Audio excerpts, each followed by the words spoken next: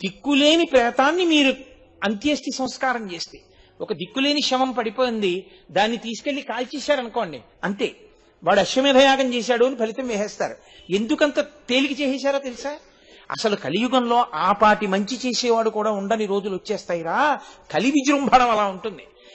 అసలు నామమే చెప్పనివాడు. భగవన్నామ వ్యతిరేకమైనటువంటి సభలే కానీ భగవన్నామము చెప్పుకునే సభలుండవు. అందుకని కదా రోజు మనం భగవన్నామం చెప్పుకుంటున్నాం.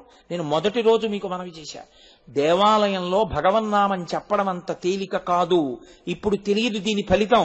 విత్తనాలు వేసిన వాడు కాయలు కోసుకున్నప్పుడు తెలిసినట్టు గుళ్ళో కూర్చుని మీరు చెప్పిన నామ ఫలితం ఏమిటో ఇది అనుభవంలోకి వచ్చిన నాడు అయ్య బాబోయ్ ఆ రోజుల్లో నామం చెప్పుకోవడం ఎంత మంచిదైందిరా అనుకుంటాం. కాబట్టి ఆ నామమునకు తప్పకుండా ఉండండి అని నేను చెప్పడానికి కారణం అదే. లేకపోతే ఎందుకు చదవడం? నా ప్రసంగం నేను చేసుకెళ్ళిపోతే సరిపోదా? కాదు, అందరూ ఉద్ధరణ పొందడానికి అది అవకాశం కలియుగంలో. వృషభారూఢో, ఒక ఎద్దు మీద ఎక్కి తిరిగేటటువంటి వాడు అని. సాధారణంగా వాహనము అనేటటువంటివి, ఆయుధాలు అనేటటువంటివి దేవతలందరికీ ఉంటాయి. వాహనము గమనమునకు వాడబడేటటువంటి సాధనం. అటువంటి వాహనం ఎక్కి వారు కదులుతారు. అయితే మీరు ఇక్కడ ఒక విషయాన్ని కొంచెం జాగ్రత్తగా గమనించవలసి ఉంటుంది. వాహనం లేకపోతే, ఒకవేళ వాహనమును ఆయన ఏ కారణం చేతనైనా అధిరోహించకుండా వెళ్ళవలసి వస్తే ఆయన అటువంటి వేగంతో వెళ్ళలేనివాడా? ఎక్కడికైనా వెళ్ళవలసి వస్తే ఆయన అక్కడికి వెళ్ళలేనివాడా అన్న ప్రశ్న వేస్తే అసలు ఆయన వెళ్ళడానికి అని వేరే చోటు ఉన్నవాడు కాడు కదండి. నిన్న మీకు కైలాసవాసి అన్న నామం గురించి చెప్తూ నేను చెప్పాను, ఆయన అంతటా వ్యాప్తమై ఉంటాడు అని. అప్పుడు ఆయనకి అసలు వెళ్ళవలసిన అవసరం ఏముంది? అంతటా ఉన్నవాడు ఎక్కడి నుంచి కావాలంటే అక్కడి నుంచే వ్యక్తమవుతాడు. అసలు ఆయనకి వాహనము యొక్క అవసరము లేనే లేదు యథార్థంగా మాట్లాడితే. పోని ఉంచుకున్నాడు, అలా ఉంటుంది వాహనం. అప్పుడప్పుడు దాని మీద ఎక్కి తిరుగుతాడు, మీకేమిటి అభ్యంతరం? విహారమునకు వెడతాడు. ఒక స్థూల రూపంతో పార్వతీ సహితుడై వృషభారూఢుడై ఆయన అసుర సంధ్య వేళలో ఆకాశ మార్గంలో తిరుగుతూ శ్రీశైల పర్వతం మీద దిగుతారు అని ఒక నానుడి. కాబట్టి ఇప్పుడు ఒక వాహనము విహారము కొరకు ఉన్నది, అభ్యంతరమే ఉంది అందులో? లేదు. వాహనం అనేటటువంటిది ఒక ఐశ్వర్యమునకు చిహ్నం. వాహనము ఒక యోగం కదండి లోకంలో. ఆయనకు ఒక వాహనం ఉంది, అదొక మర్యాద. ఆ వాహనమునకు మళ్ళీ ఒక స్థాయి ఉంది, అదొక మర్యాద. సైకిల్ ఉన్నవాడి కన్నా స్కూటర్ ఉన్నవాడికి ఉండే గౌరవం వేరు, స్కూటర్ ఉన్నవాడి కన్నా కారు ఉన్నవాడికి ఉండే గౌరవం వేరు, కారు ఉన్నవాడి కన్నా కారులో ఒక పెద్ద పడవంత కారు ఉన్నవాడికి ఉండే గౌరవం వేరు కదూ. శివుడు, విష్ణువు, ఇతర దేవతా స్వరూపములు ఎక్కి వెళ్ళేటటువంటి వాహనములు కూడా అటువంటి స్థాయి కలిగినవేనా? దానికి ఏమైనా ప్రత్యేకత ఉంటుందా అంటే, మనకి మహాభారతం అనుశాసనిక పర్వంలో ఒక విషయాన్ని ప్రస్తావన చేస్తారు. పార్వతీదేవి అడిగింది పరమేశ్వరుణ్ణి, ఇన్ని వాహనములు ఉన్నాయి కదా, నువ్వు దేన్నైనా అధిరోహించచ్చు, నువ్వు ఎందుకు వృషభ వాహనం ఎక్కుతూ ఉంటావు అని అడిగింది ఆవిడ. అంటే ఆవిడికి తెలియక అడగదు, లోకమునకు ప్రకాశింప చేయడం కోసమని ఆవిడ ప్రశ్న వేస్తూ ఉంటుంది. వేస్తే అక్కడ శంకరుడు ఒక మాట చెప్పాడు, నేను వృషభవాహనమునే అధిరోహించి తిరుగుతాను. కారణం ఒకటి ఉంది. ఒకానొకప్పుడు నేను హిమవత్ పర్వతం మీద కూర్చొని తపోనిష్ఠాగరిష్ఠుడనై ఉండగా అక్కడికి కొన్ని గోవులు వచ్చి నా తపస్సుకి కించిత్ విఘ్నమును కలిగించినట్లుగా ప్రవర్తించాయి. ఒక దూడ పాలు తాగుతోంది, దాని నోటిలోకి చేరినటువంటి నురుగు గాలికి రేగి నా మీద పడింది. అప్పుడు అది ఎంగిలి కదా, నా మీద పడితే నాకు కించిత్ కోపం వచ్చి నేను అలా ఎర్రగా చూశాను. నా కంటి రంగు ఎరుపు రంగు వెళ్ళి ఆవు మీద పడ్డం వల్ల కొన్ని గోవులు ఎరుపు రంగు గోవులు అయ్యాయి. నిజంగా శంకరుడు గోవుల వంక అలా కోపంగా చూసి గోవుల్ని బాధ పెట్టేవాడైతే ఇంకా ధర్మం అన్న మాటకు అర్థం లేదు. కాదు, ఆయన ఎందుకు చేశాడా పని అంటే, గోవులలో కొన్ని గోవులకు మళ్ళీ విశిష్ట స్థానం ఇవ్వాలనుకున్నాడు. అందుకని ఆ ఎరుపు రంగు కలిగినటువంటి గోవు కపిల గోవు అయింది. అందుకే ఒంటి మీద కించిత్ ఎర్రటి మచ్చ ఉన్నా సరే ఆ గోవు చాలా శ్రేష్టమైనటువంటి గోవు. దాన్ని కపిల గోవు అంటారు. అది ఎరుపు అన్నప్పుడు పూర్తి ఎర్రగా కుంకుమ రంగులో ఉండడం అవకాశం ఉండదు. నలుపు ఎరుపు కలిస్తే ఎలా ఉంటుందో అటువంటి ఎరుపుని కపిలవర్ణము అంటారు. అటువంటి రంగు కలిగిన గోవులు లోకంలో తయారయ్యాయి. అప్పుడు బ్రహ్మగారు వచ్చి నన్ను వేడుకుని ఒక మాట అన్నాడు. ఈశ్వరా, మీకు తెలియని విషయం కాదు, పాల విషయంలో ఎంగిలి అన్న మాట లేదు. దూడ తాగినా ఆ పాలు ఎంగిలి కావు. కాబట్టి మీరు ఎందుకు కోపగించారు అని అడిగాడు. నేను ఒక చిరునవ్వు నవ్వి ఊరుకున్నాను. ఆయన ఉద్దేశ్యం ఏమిటంటే, ఇదిగో ఈ గోవులలో ఆ ఎరుపు రంగు కలిగిన గోవులు ఇప్పుడు శ్రేష్టతమములయ్యాయి. అటువంటి ప్రాణిని మళ్ళీ గోవులలో ఉత్కృష్టతను ఏర్పాటు చేయడం కోసం నేను అలా చూశాను. బ్రహ్మగారు సంతోషించి పరమేశ్వరుడి దగ్గరికి తీసుకొచ్చి ఒక ఎద్దుని బహూకరించాడు. ఆ ఎద్దుని స్వీకరించి ఆనాటి నుంచి ఆ ఎద్దుని నేను రెండుగా వాడుకుంటున్నాను. ఒకటి అదే నా పతాకం మీద ఉంటుంది. ఆ ఎద్దు మీద కూర్చుని నేను ప్రయాణం చేస్తూ ఉంటాను. ఇది బాహ్యంలో ఎద్దు మీద కూర్చుని ఆయన తిరుగుతాడు వరకు బాగుంటుంది. కానీ నిజంగా మన దృష్టితో లౌకికమైన దృష్టికోణంలో ఆలోచించినప్పుడు ఆయన కన్నా వేగవంతమైన సాధనాలు మనకు ఉన్నట్లు అవుతుంది కదండి. శంకరుడికి లేవు, మనకే ఉన్నాయి. ఆయన కన్నా వేగంగా వెళ్ళవు. ఎద్దు మనం వెళ్ళినంత వేగంగా వెళ్ళదుగా, మన సాధనాలు వెళ్ళినంత వేగంగా వెళ్ళదుగా. అంతేనా దాని అర్థం? కాదు. ఎద్దుని వృషాంకో అని కదా ముందు, ధ్వజమునందు గుర్తుగా కలిగినవాడు అన్న మాటకు అర్థం ఏమిటంటే, వృష శబ్దము వర్షించడానికి మంగళప్రదమైనటువంటి దృష్టికోణమునకు, తాదాత్మ్యత కలిగినటువంటి దృష్టికి, శత్రు సంహారము చేయగలిగిన దృష్టికి, మిత్రులను ఉద్ధరించగలిగిన దృష్టికి అది ఒక సంకేతముగా నిలబడుతుంది. అందుకే ఏ కోరిక అన్నది కాదు, మీరు ఏ కోరిక కోరండి, ఆయనకి తీర్చలేనిది అన్నది లోకంలో లేదు. ఆయన ఏ కోరిక అయినా తీర్చగలడు. ఎందుకని? ఆయన భగవాన్, ఆయన సాక్షాత్ భగవానుడు. కాబట్టి ఆయన సృష్టి చెయ్యగలడు, స్థితి చెయ్యగలడు, లయ చెయ్యగలడు. అటువంటి వాడు మీరు కోరుకున్నటువంటి ఒక కోరికని తీర్చలేని వాడని ఎందుకు అనుకుంటున్నారు? ఏ కోరికనైనా ఆయన తీర్చగలిగినటువంటి వాడై ఉంటాడు.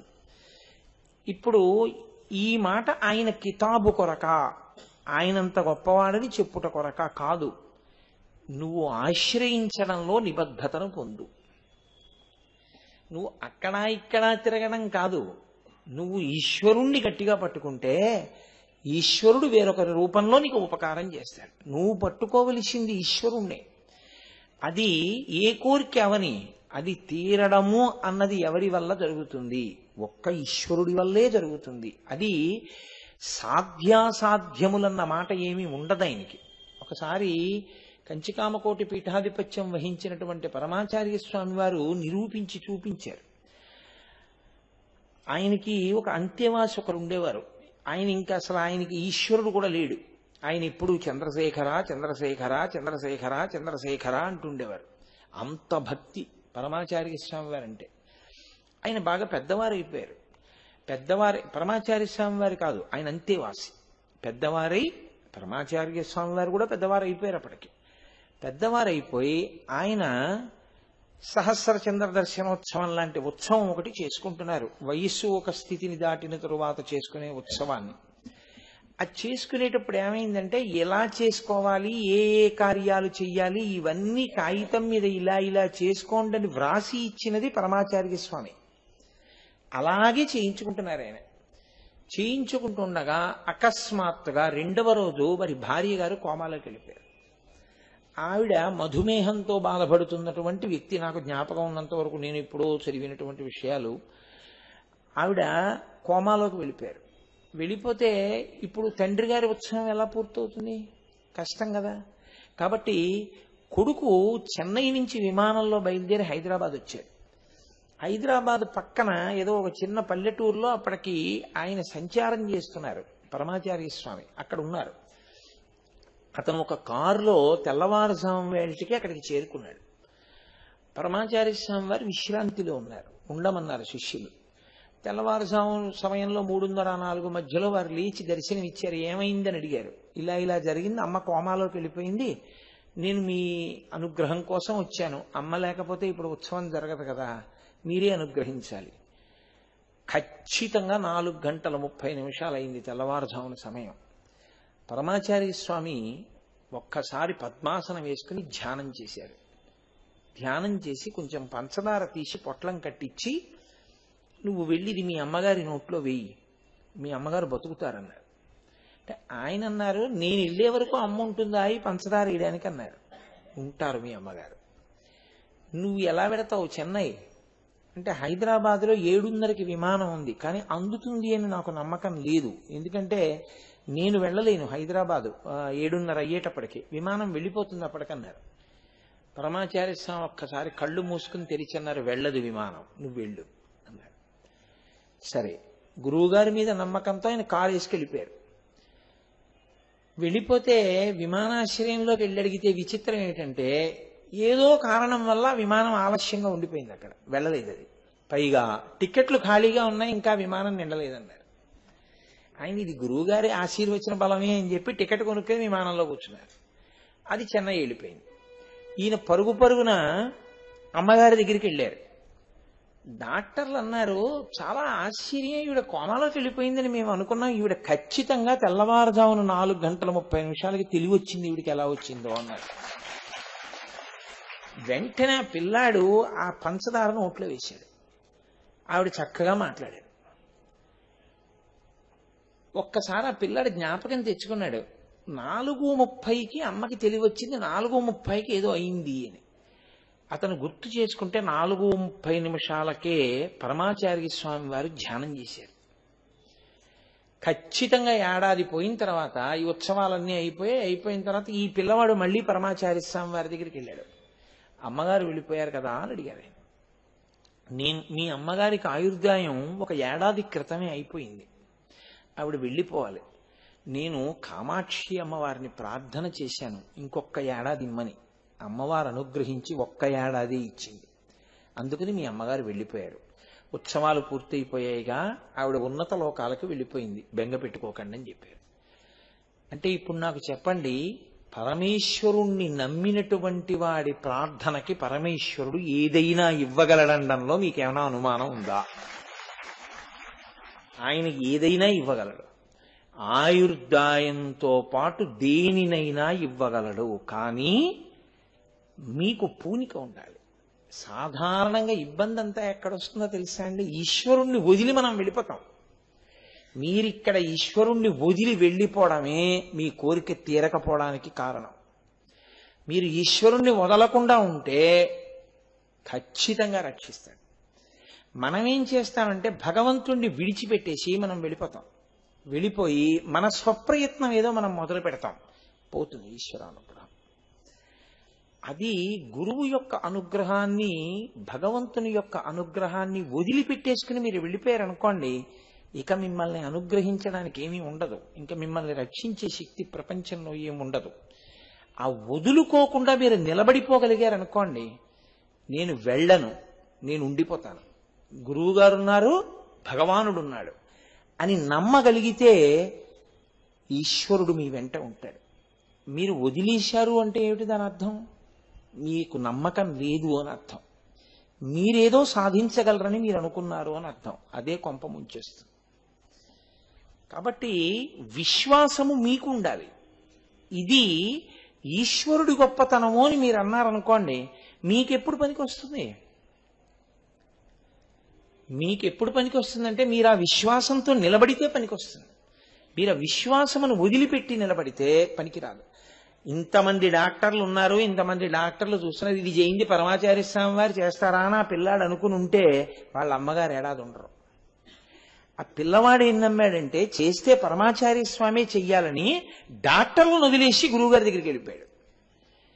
గురువుగారిని వదిలేసి డాక్టర్ గారి దగ్గరికి వెళ్ళి ఉంటే స్థితి తిరగబడిపోయిందా లేదా? మీ నిష్టయే మీకు రక్ష. మీకు ఆ నిష్ట జారిపోతే మీకు ఈశ్వర కృప ఉండదు. మీరు గొడుగు కింద ఉంటే గొడుగు మీ మీద వాన పడకుండా కాపాడుతుంది. మీరు గొడుగు నుంచి తప్పుకుంటే, గొడుగుని ఇలా పట్టుకుని మీరు నించుంటే గొడుగు మీకు వాన పడకుండా ఎలా కాపాడుతుంది? నివాస వృక్ష సాధూనాం అపన్నానాం పరాగతి ఆర్తానాం సంశ్రయశ్చైవ యశిశ్చైకభాజనం అంటాడు మహానుభావుడు. కిష్కింధకాండలో రామచంద్రమూర్తిని గురించి వర్ణన చేస్తూ తార అంటుంది, చెట్టు కిందకి చేరిన వాడెవడో వాడికే చెట్టు నీడ. కానీ చెట్టుకి దూరంగా నిలబడి నాకు చెట్టు నీడ కావాలంటే దొరకదు. చెట్టు కిందకి నువ్వు చేరి నిలబడ్డం ఒక్కటే నీకు చేతనైతే, నువ్వు చదువుకున్నావా, నీకు ఇన్కమ్ ట్యాక్స్ క్లియరెన్స్ ఉందా, లేకపోతే నువ్వు ఉద్యోగం చేస్తున్నావా, నీకు రేషన్ కార్డు ఉందా, ఇవేవి చెట్టు అడగదు, నీడనిచ్చేస్తుంది. నువ్వు చెట్టు నీడని విడిచిపెట్టకూడదు, చెట్టు మూలాన్ని నువ్వు విడిచిపెట్టకూడదు. విడిచిపెట్టావో నువ్వు ఎండలకే పెడతావు. కాబట్టి ఈశ్వరుడు సమస్తమైన కోర్కెలను తీర్చగలడు, పాక్షికం. ఈశ్వరుడు సమస్తమైన కోర్కెలను తీర్చగలడన్న విశ్వాసముని యందు నిలుపుకోవడం పూర్ణత్వం. అప్పుడు పూర్తవుతుంది. ఇప్పుడు మీరు ఒకటి గమనించండి, నాకు ఆకలిగా ఉంది, మా అమ్మగారు అన్నీ ఉండి అక్కడ పెట్టారు, తీరుతుందా? నేను తినాలి దాన్ని. నేను తినకుండా ఎలా తీరుతుంది? ఇంట్లో మంచినీళ్లు ఉన్నాయి, నాకు దాహం ఉంది, ఎప్పుడు తీరుతుంది? నేను నీళ్లు తాగితే తీరుతుంది. ఈశ్వరుడు ఉన్నాడు కరుణించడానికి, మీరున్నారు ఆర్తితో, మీ ఆర్తి ఎప్పుడు తీరుతుంది? మీరు ఈశ్వరుణ్ణి నమ్మి నిలబడగలిగితే. ఆ నమ్మకం అన్న మాటకి అగ్ని పరీక్ష ఏమిటో తెలుసా అండి? అన్నీ వదిలి ఈశ్వరుణ్ణి పట్టుకోగలగాలి. అది ఈశ్వరుణ్ణి నిమిత్తంగా పట్టుకుని మిగిలిన వాటిని పెద్ద చేశారనుకోండి, దొరకదు. ఉత్తర చూడండి, పరీక్షిత్ కడుపులో ఉండగా గర్భం మీదకి ఆగ్నేయాస్త్రం పడింది. మామగారులు 5 అక్కడ ఉన్నారు, వాళ్ళని అడగలేదు, ధర్మరాజుని, భీముణ్ణి, అర్జునుణ్ణి, నకులు, సహదేవుణ్ణి. వీళ్ళైనా సాయం చేస్తే కృష్ణుడి వల్ల చెయ్యాలి. కృష్ణుడి కాళ్ళు పట్టుకుంది. చెల్లెలి కోడల, నీదు మేనల్లుడు శత్రువుల చేత హతుడయ్యను, ఓ సంపుల్లారవిందలోచన భల్లాగ్ని అణచి శిశువు బ్రతికింపకదే అని అడిగింది. బ్రతికించాడా లేదా? ఈశ్వరుడు బ్రతికించలేదని నెపం వేయకు, గురువుగారు బ్రతికించలేదని నెపం వేయకు. నీవు నిలబడలేకపోయావని నువ్వు ఒప్పుకో. దానివల్ల కనీసం నీకు ఉత్తరోత్తర అభివృద్ధి కలుగుతుంది. ఇది మనకి నేర్పుతుంది. వృషాంకో కాదు, దాన్ని నేను ఇంకొంచెం విస్మృతిలోకి తీసుకొస్తాను. వృషభారూఢో, ఆయన ఎద్దు మీద ఎక్కి తిరుగుతాడు. ఎప్పుడైనా కూడా లోకంలో ఆవు, ఎద్దు ఈ రెండూ కూడా రెండిటికి సూచనలుగా చెప్తారు. గోవు భూమికి సంకేతం. అందుకే అసలు లోకమునందు శాంతి అన్న మాటకి, కామ్యము తీరుట అన్న మాటకి, మంగళమును కల్పించుట అన్న మాటకి ఆధారమేది అంటే గోవు మాత్రమే. ఎందుకో తెలుసా అండి? వ్యక్తిగత స్థాయిలో మీకు కోరిక ఉంది, మీరు తీర్చుకోవాలి. అభిషేకం చేసుకోండి అని చెప్పాను నేను. ఇప్పుడు పాలతో అభిషేకం చేయాలి. మీరు గేదె పాలతో చేయకూడదు, ఆవు పాలతో చేయాలి. మంత్రం మీ దగ్గర ఉంది, పాలు ఆవు వల్లే రావాలి. భూమి శుద్ధి కావాలి, మీరు ఒక పుణ్యకార్యం చేస్తున్నారు, భూశుద్ధి జరగాలి, గోమయంతోనే చెయ్యాలి. మీకు ఆశీర్వచనం సిద్ధించాలి, నీతిని పుచ్చుకోవాలి. శరీర శుద్ధి కలగాలి, గోమూత్రాన్ని మిగిలిన 4 గవ్యాలతో కలిపి పంచగవ్య ప్రాసనం అని పంచగవ్య ప్రాసనం చేసుకోవాలి. శరీరానికి ఏదో శుద్ధి జరగాలి, ఆవు పేడ నాలిక మీద రాసుకోవాలి. ఆవు లేదు, మంత్రం ఉంది, మీకెవరేం చేస్తారు? మంత్రం ఉన్నా గోవు లేని నాడేది జరగదు. అందుకే మంత్రం వచ్చిన బ్రాహ్మణుడు మీకు ఉపకారం చేయగలడా, గోవు ఉపకారం చేయగలదా అంటే గోవు లేనినాడు ఎంత మంత్రం వచ్చినా బ్రాహ్మణుడు కూడా మీకేం చేయలేడు. కాబట్టి అందుకే ముందు దేన్ని పెట్టారంటే గోబ్రాహ్మణేభ్య శుభమస్తు నిత్యం లోకా సమస్త సుఖినో భవంతు. లోకమంతా క్షేమంగా ఉండాలి, విశ్వము యొక్క కళ్యాణము కొరకు మీరు ఒక యాగం చేస్తున్నారు. ఇప్పుడు ఆ యాగం చేయించడానికి మంత్రభాగం తెలిసిన విప్రుడు ఉండాలి, స్వరంతో చెప్పగలిగిన వాడు. ఆయన చేయించడానికి పంచగవ్యాలు అక్కడ అసలు అలకడానికి ఆవు పేడ కావాలంటే ఆవు లేనిది ఆయన ఏం చేస్తాడు? అందుకని ముందు గోవు, గోవు తర్వాత విప్రుడు, ఆ తర్వాత క్రతువు. అసలు ముందు గోవు లేకపోతే ఏమీ లేవు. కాబట్టి గోవు భూమికి సంకేతం. అసలు భూమి అన్నది లేదనుకోండి, ఉత్తర క్షణంలో మీకు శ్రీ అన్నది లేదు. శ్రీ కాదండి, అస్తిత్వం లేదు. అసలు బ్రతకడం అన్న మాట పోయిందంతే. దేని మీద నిలబడతారు? ఆధారం లేదు, అథవా నిలబడ్డారు. తినడానికి ఏదొచ్చినా ఇందులోంచే రావాలి. శర్వాణి ఆ తల్లే ఇవ్వాలి. ఓ యాపిల్కాయ కావాలి, ఇందులోంచి రావాలి. అరటిపండు కావాలి, ఇందులోంచి రావాలి. కమలాఫలం కావాలి, ఇందులోంచి రావాలి. ధాన్యం కావాలి, ఇందులోంచి రావాలి. గోధుమలు కావాలి, ఇందులోంచి రావాలి. మొక్కలు కావాలి, ఇందులోంచి రావాలి. కారుకి పెట్రోల్ కావాలి, ఇందులోంచి రావాలి. బొగ్గులు కావాలి, ఇందులోంచి రావాలి. మీకు ఏది కావాలన్నా భూమిలోంచే రావాలి. ఇప్పుడు అన్నీ ఇచ్చే భూమి ఎటువంటిదో అన్నిటిని కురిపించగలిగిన గోవు అటువంటిది. కాబట్టి భూమికి సంకేతంగా గోవుని చెప్తారు. అన్నీ ఉన్నా అన్నిటినీ ఈశ్వరుడు మీ కొరకే సిద్ధం చేసిన ఈశ్వరుడు మీకెందుకు ఇవ్వడు?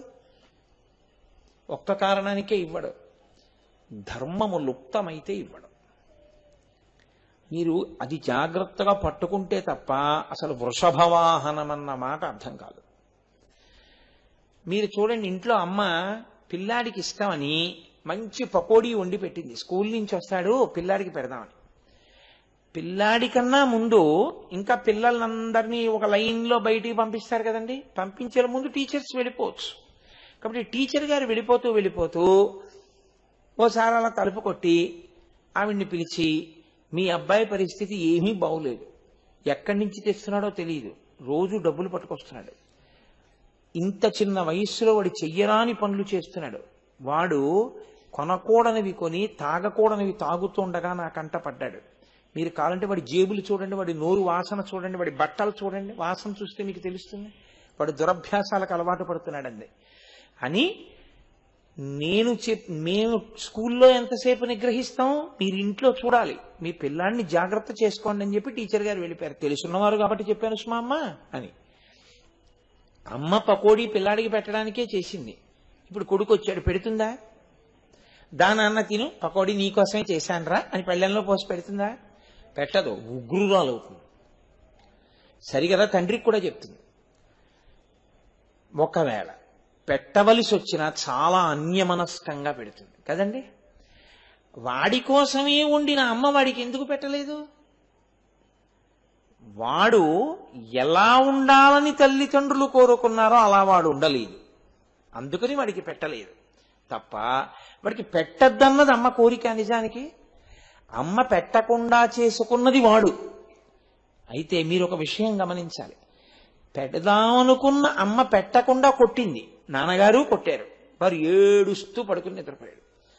అమ్మ మరిచిపోయింది. ఇంత గొడవలో మళ్ళీ వచ్చి గబుక్కుని పళ్ళెని తీస్తే పకోడీలు కనపడ్డాయి. అమ్మకి కన్నులంబట బొట బొట బొట బొట నీళ్లు పడిపోతాయి.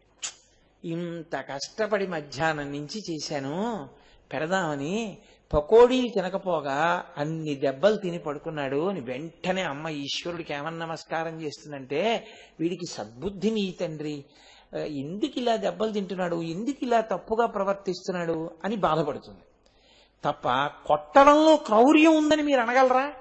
వాడిని దిద్దాలన్నది అమ్మ తాపత్రయం, అంతేకాని వాడిని కొట్టాలన్నది అమ్మ తాపత్రయం కాదు. శిక్షలో ఆర్తి ఉంది అమ్మకి. ఈశ్వరుడు కూడా వృషభం మీద కూర్చుంటాడంటే అర్థం ఏమిటో తెలుసా అండి? నువ్వు ధర్మాన్ని పట్టుకో, నీకు అర్ధకామములు నేను ఇస్తాను. అందుకే మీకు ప్రపంచంలో ఎక్కడా అసలు సంకల్పము అన్నది ఇంకా ఉండదు. మీరు ఏ ఇతర విశ్వాసముల యందు ఏ మనిషి వెళ్ళి ఇంకా ప్రత్యేకంగా కోరవలసినటువంటి అవసరం ఉండదు. నా కూతురికి పెళ్లి కావాలి, అది పురుషార్థము, జీవుడు అర్థిస్తున్నాడు ఆ కోరికని. నా కొడుక్కి ఉద్యోగం కావాలి, పురుషార్థము, నేను అర్థిస్తున్నాను. నా భార్య ఆరోగ్యంగా ఉండాలి, పురుషార్థము, నేను అర్థిస్తున్నాను. నేను 10 కాలాల పాటు ఇలా ప్రవచనం చేస్తూ 10 మందికి పనికొచ్చేటట్టు బ్రతకాలి, పురుషార్థము, నేను అర్థిస్తున్నాను. ఏది కోరినా ఒక్క ఒక్కటే చెప్తారు, మీరు గుళ్ళోకి వెళ్ళి పూజ చేయించుకునేటప్పుడు మీరు చెయ్యకూడనివి రెండు ఉంటాయి. మీరు కొత్తగా ఒక సంకల్పాన్ని చెప్పి ఈశ్వరుడికి చెప్పవలసిన అవసరం ఉండదు. యథార్థమున కారు కొనుక్కోవడం కోసం, ఇల్లు కొనుక్కోవడం కోసం అలా ఏం పూజలు చెయ్యక్కర్లేదు. రెండు, ఇంటి యజమాని పేరు చెప్పి ధర్మపత్ని సమేతస్య అంటే చాలు. మీ పేరు, మీ ఆవిడ పేరు, మీ అబ్బాయి పేరు, కోడలి పేరు, మనవల పేర్లు, మీ ఆఫీస్ పేరు, మీ కంపెనీ పేరు, మీ కుక్క పేరు అన్నీ ఈశ్వరుడికి చెప్పక్కర్లేదు. ఎందుచేత అంటే ఋషులు అలా నిబద్ధం చేశారు, అంత అందంగా దాన్ని తీసుకొచ్చారు. నా కొడుకు అందరూ బాగుండాలని అనుకున్నాడు అనుకోండి, మా ఇంట్లో అందరం బాగుండాలి అని అనుకున్నాడు అనుకోండి, నా పేరు మీద చేయించాలి పూజ. ఎవరి పేరు మీద చేయించమంటారు అని అడిగారు అనుకోండి, ఆత్రేయ గోత్రస్య కోటేశ్వర శర్మనామధేయస్య అని చేయండి అంతే. నా పేరు చెప్పండి, మా చెల్లెలి పేరు చెప్పండి అని అడగక్కర్లేదు. ఎందుకో తెలుసా అండి, కోటేశ్వర శర్మనామధేయస్య ధర్మపత్ని సమేతస్య సకుటుంబస్య సపరివారస్య, నా కుటుంబం అంతా అందులోకి వచ్చేసింది. సపరివారస్య, అసలు నా పరివారం కూడా అందులోకి వచ్చేసారు, మళ్ళీ ఎందుకు పేరు చెప్తావు అంటే ఋషుల కన్నా నీకు తెలుసనా, లేకపోతే నీవు కోరుకున్నది ఈశ్వరుడు తెలుసుకోలేడనా, నీ వాళ్ళు ఆయనకి తెలియదనా, దేనికి చెప్తున్నావు నువ్వు? అసలు అలా చెప్పక్కర్లేదు, అర్చకులు కూడా అడగక్కర్లేదు. అలా చెప్పినా అక్కర్లేదమ్మా అని చెప్పాలి వాళ్ళు. కాబట్టి ధర్మపత్ని సమేతస్య, ఇప్పుడు మీరు ఏ కోరికతో వచ్చారు అని మిమ్మల్ని అడగక్కర్లేదు ఎవరు. ఎప్పుడు చెప్పినా ఒకటే, ధర్మార్థ కామమోక్ష చతుర్విధ పురుషార్థ ఫల సిద్ధ్యర్థం. ఇంకా ఏమైనా పోని ఇంకా కోరిక ఉండిపోతే మనోవాంఛాఫల సిద్ధ్యర్థం అంతే. అసలు అది కూడా అనవసరం అంటాను నేను. ఇంకా ఒక్కటంటే బాగుంటుంది, ఈశ్వర పాదారవిందేన అచంచల భక్తి సిద్ధ్యర్థం. అది మంచి మాట.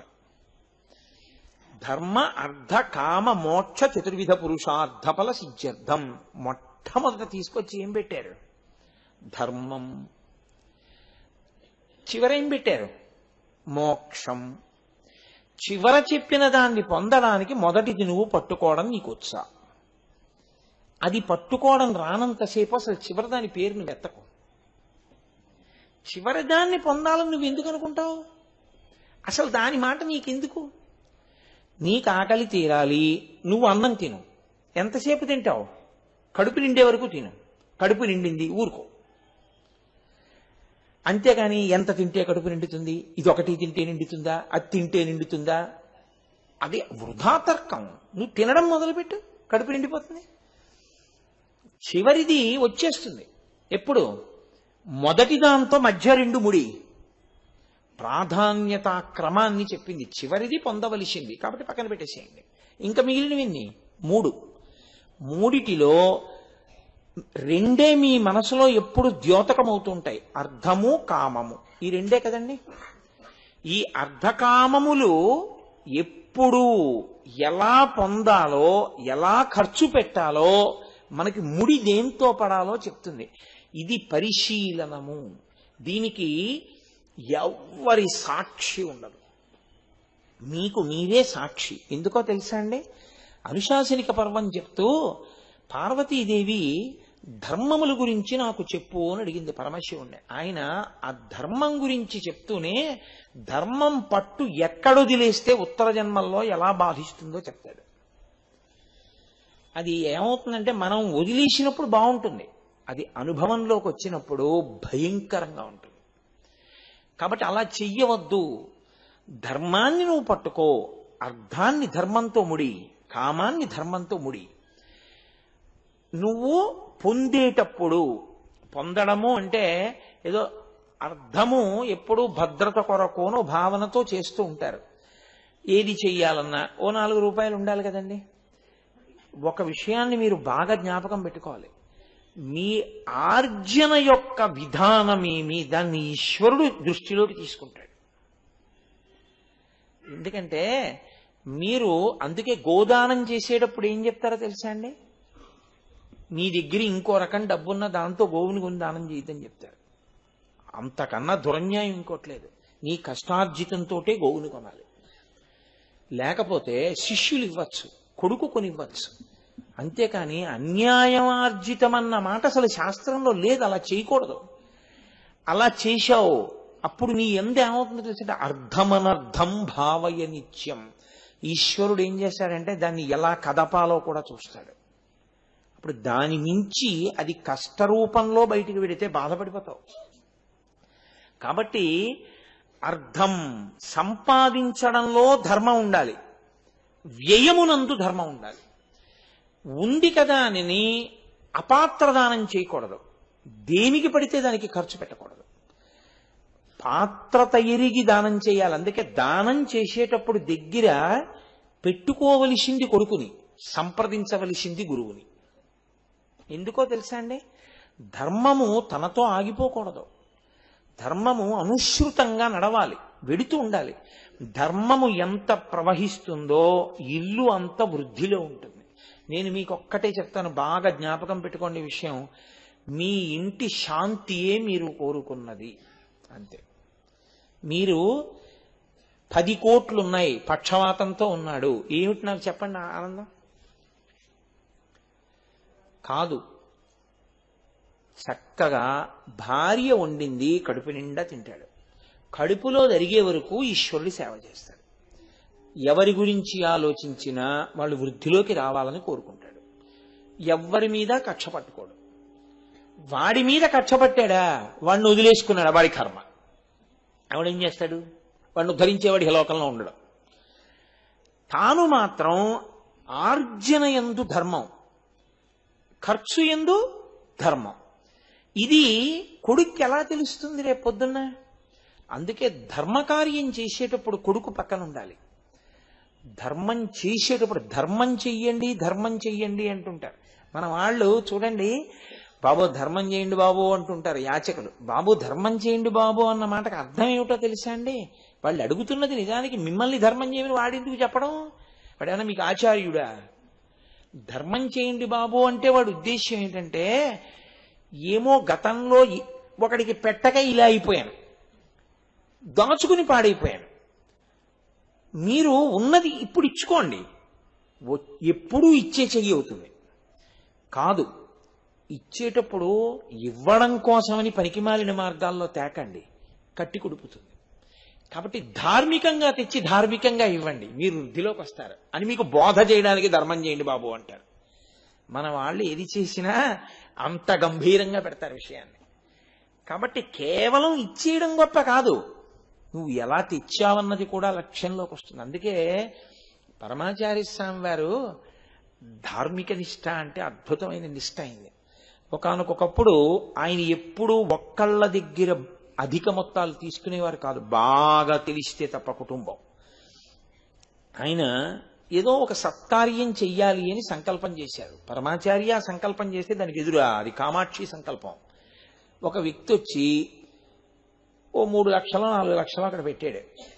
స్వామి మీరు ఇది చెయ్యాలనుకుంటున్నారట, మీరు ఈ ద్రవ్యం స్వీకరించండి అని. ఆయన ఇలా ఒకసారి ఆ డబ్బు వంక చూసి, అలా ఒకసారి ఆ వ్యక్తి వంక చూసి, అక్కడే ఉన్నటువంటి ఒక సద్బ్రాహ్మణుణ్ణి పిలిచి ఇలాగా సత్యదండంతో ఇలా తోసి నువ్వు తీసుకో అన్నాడు.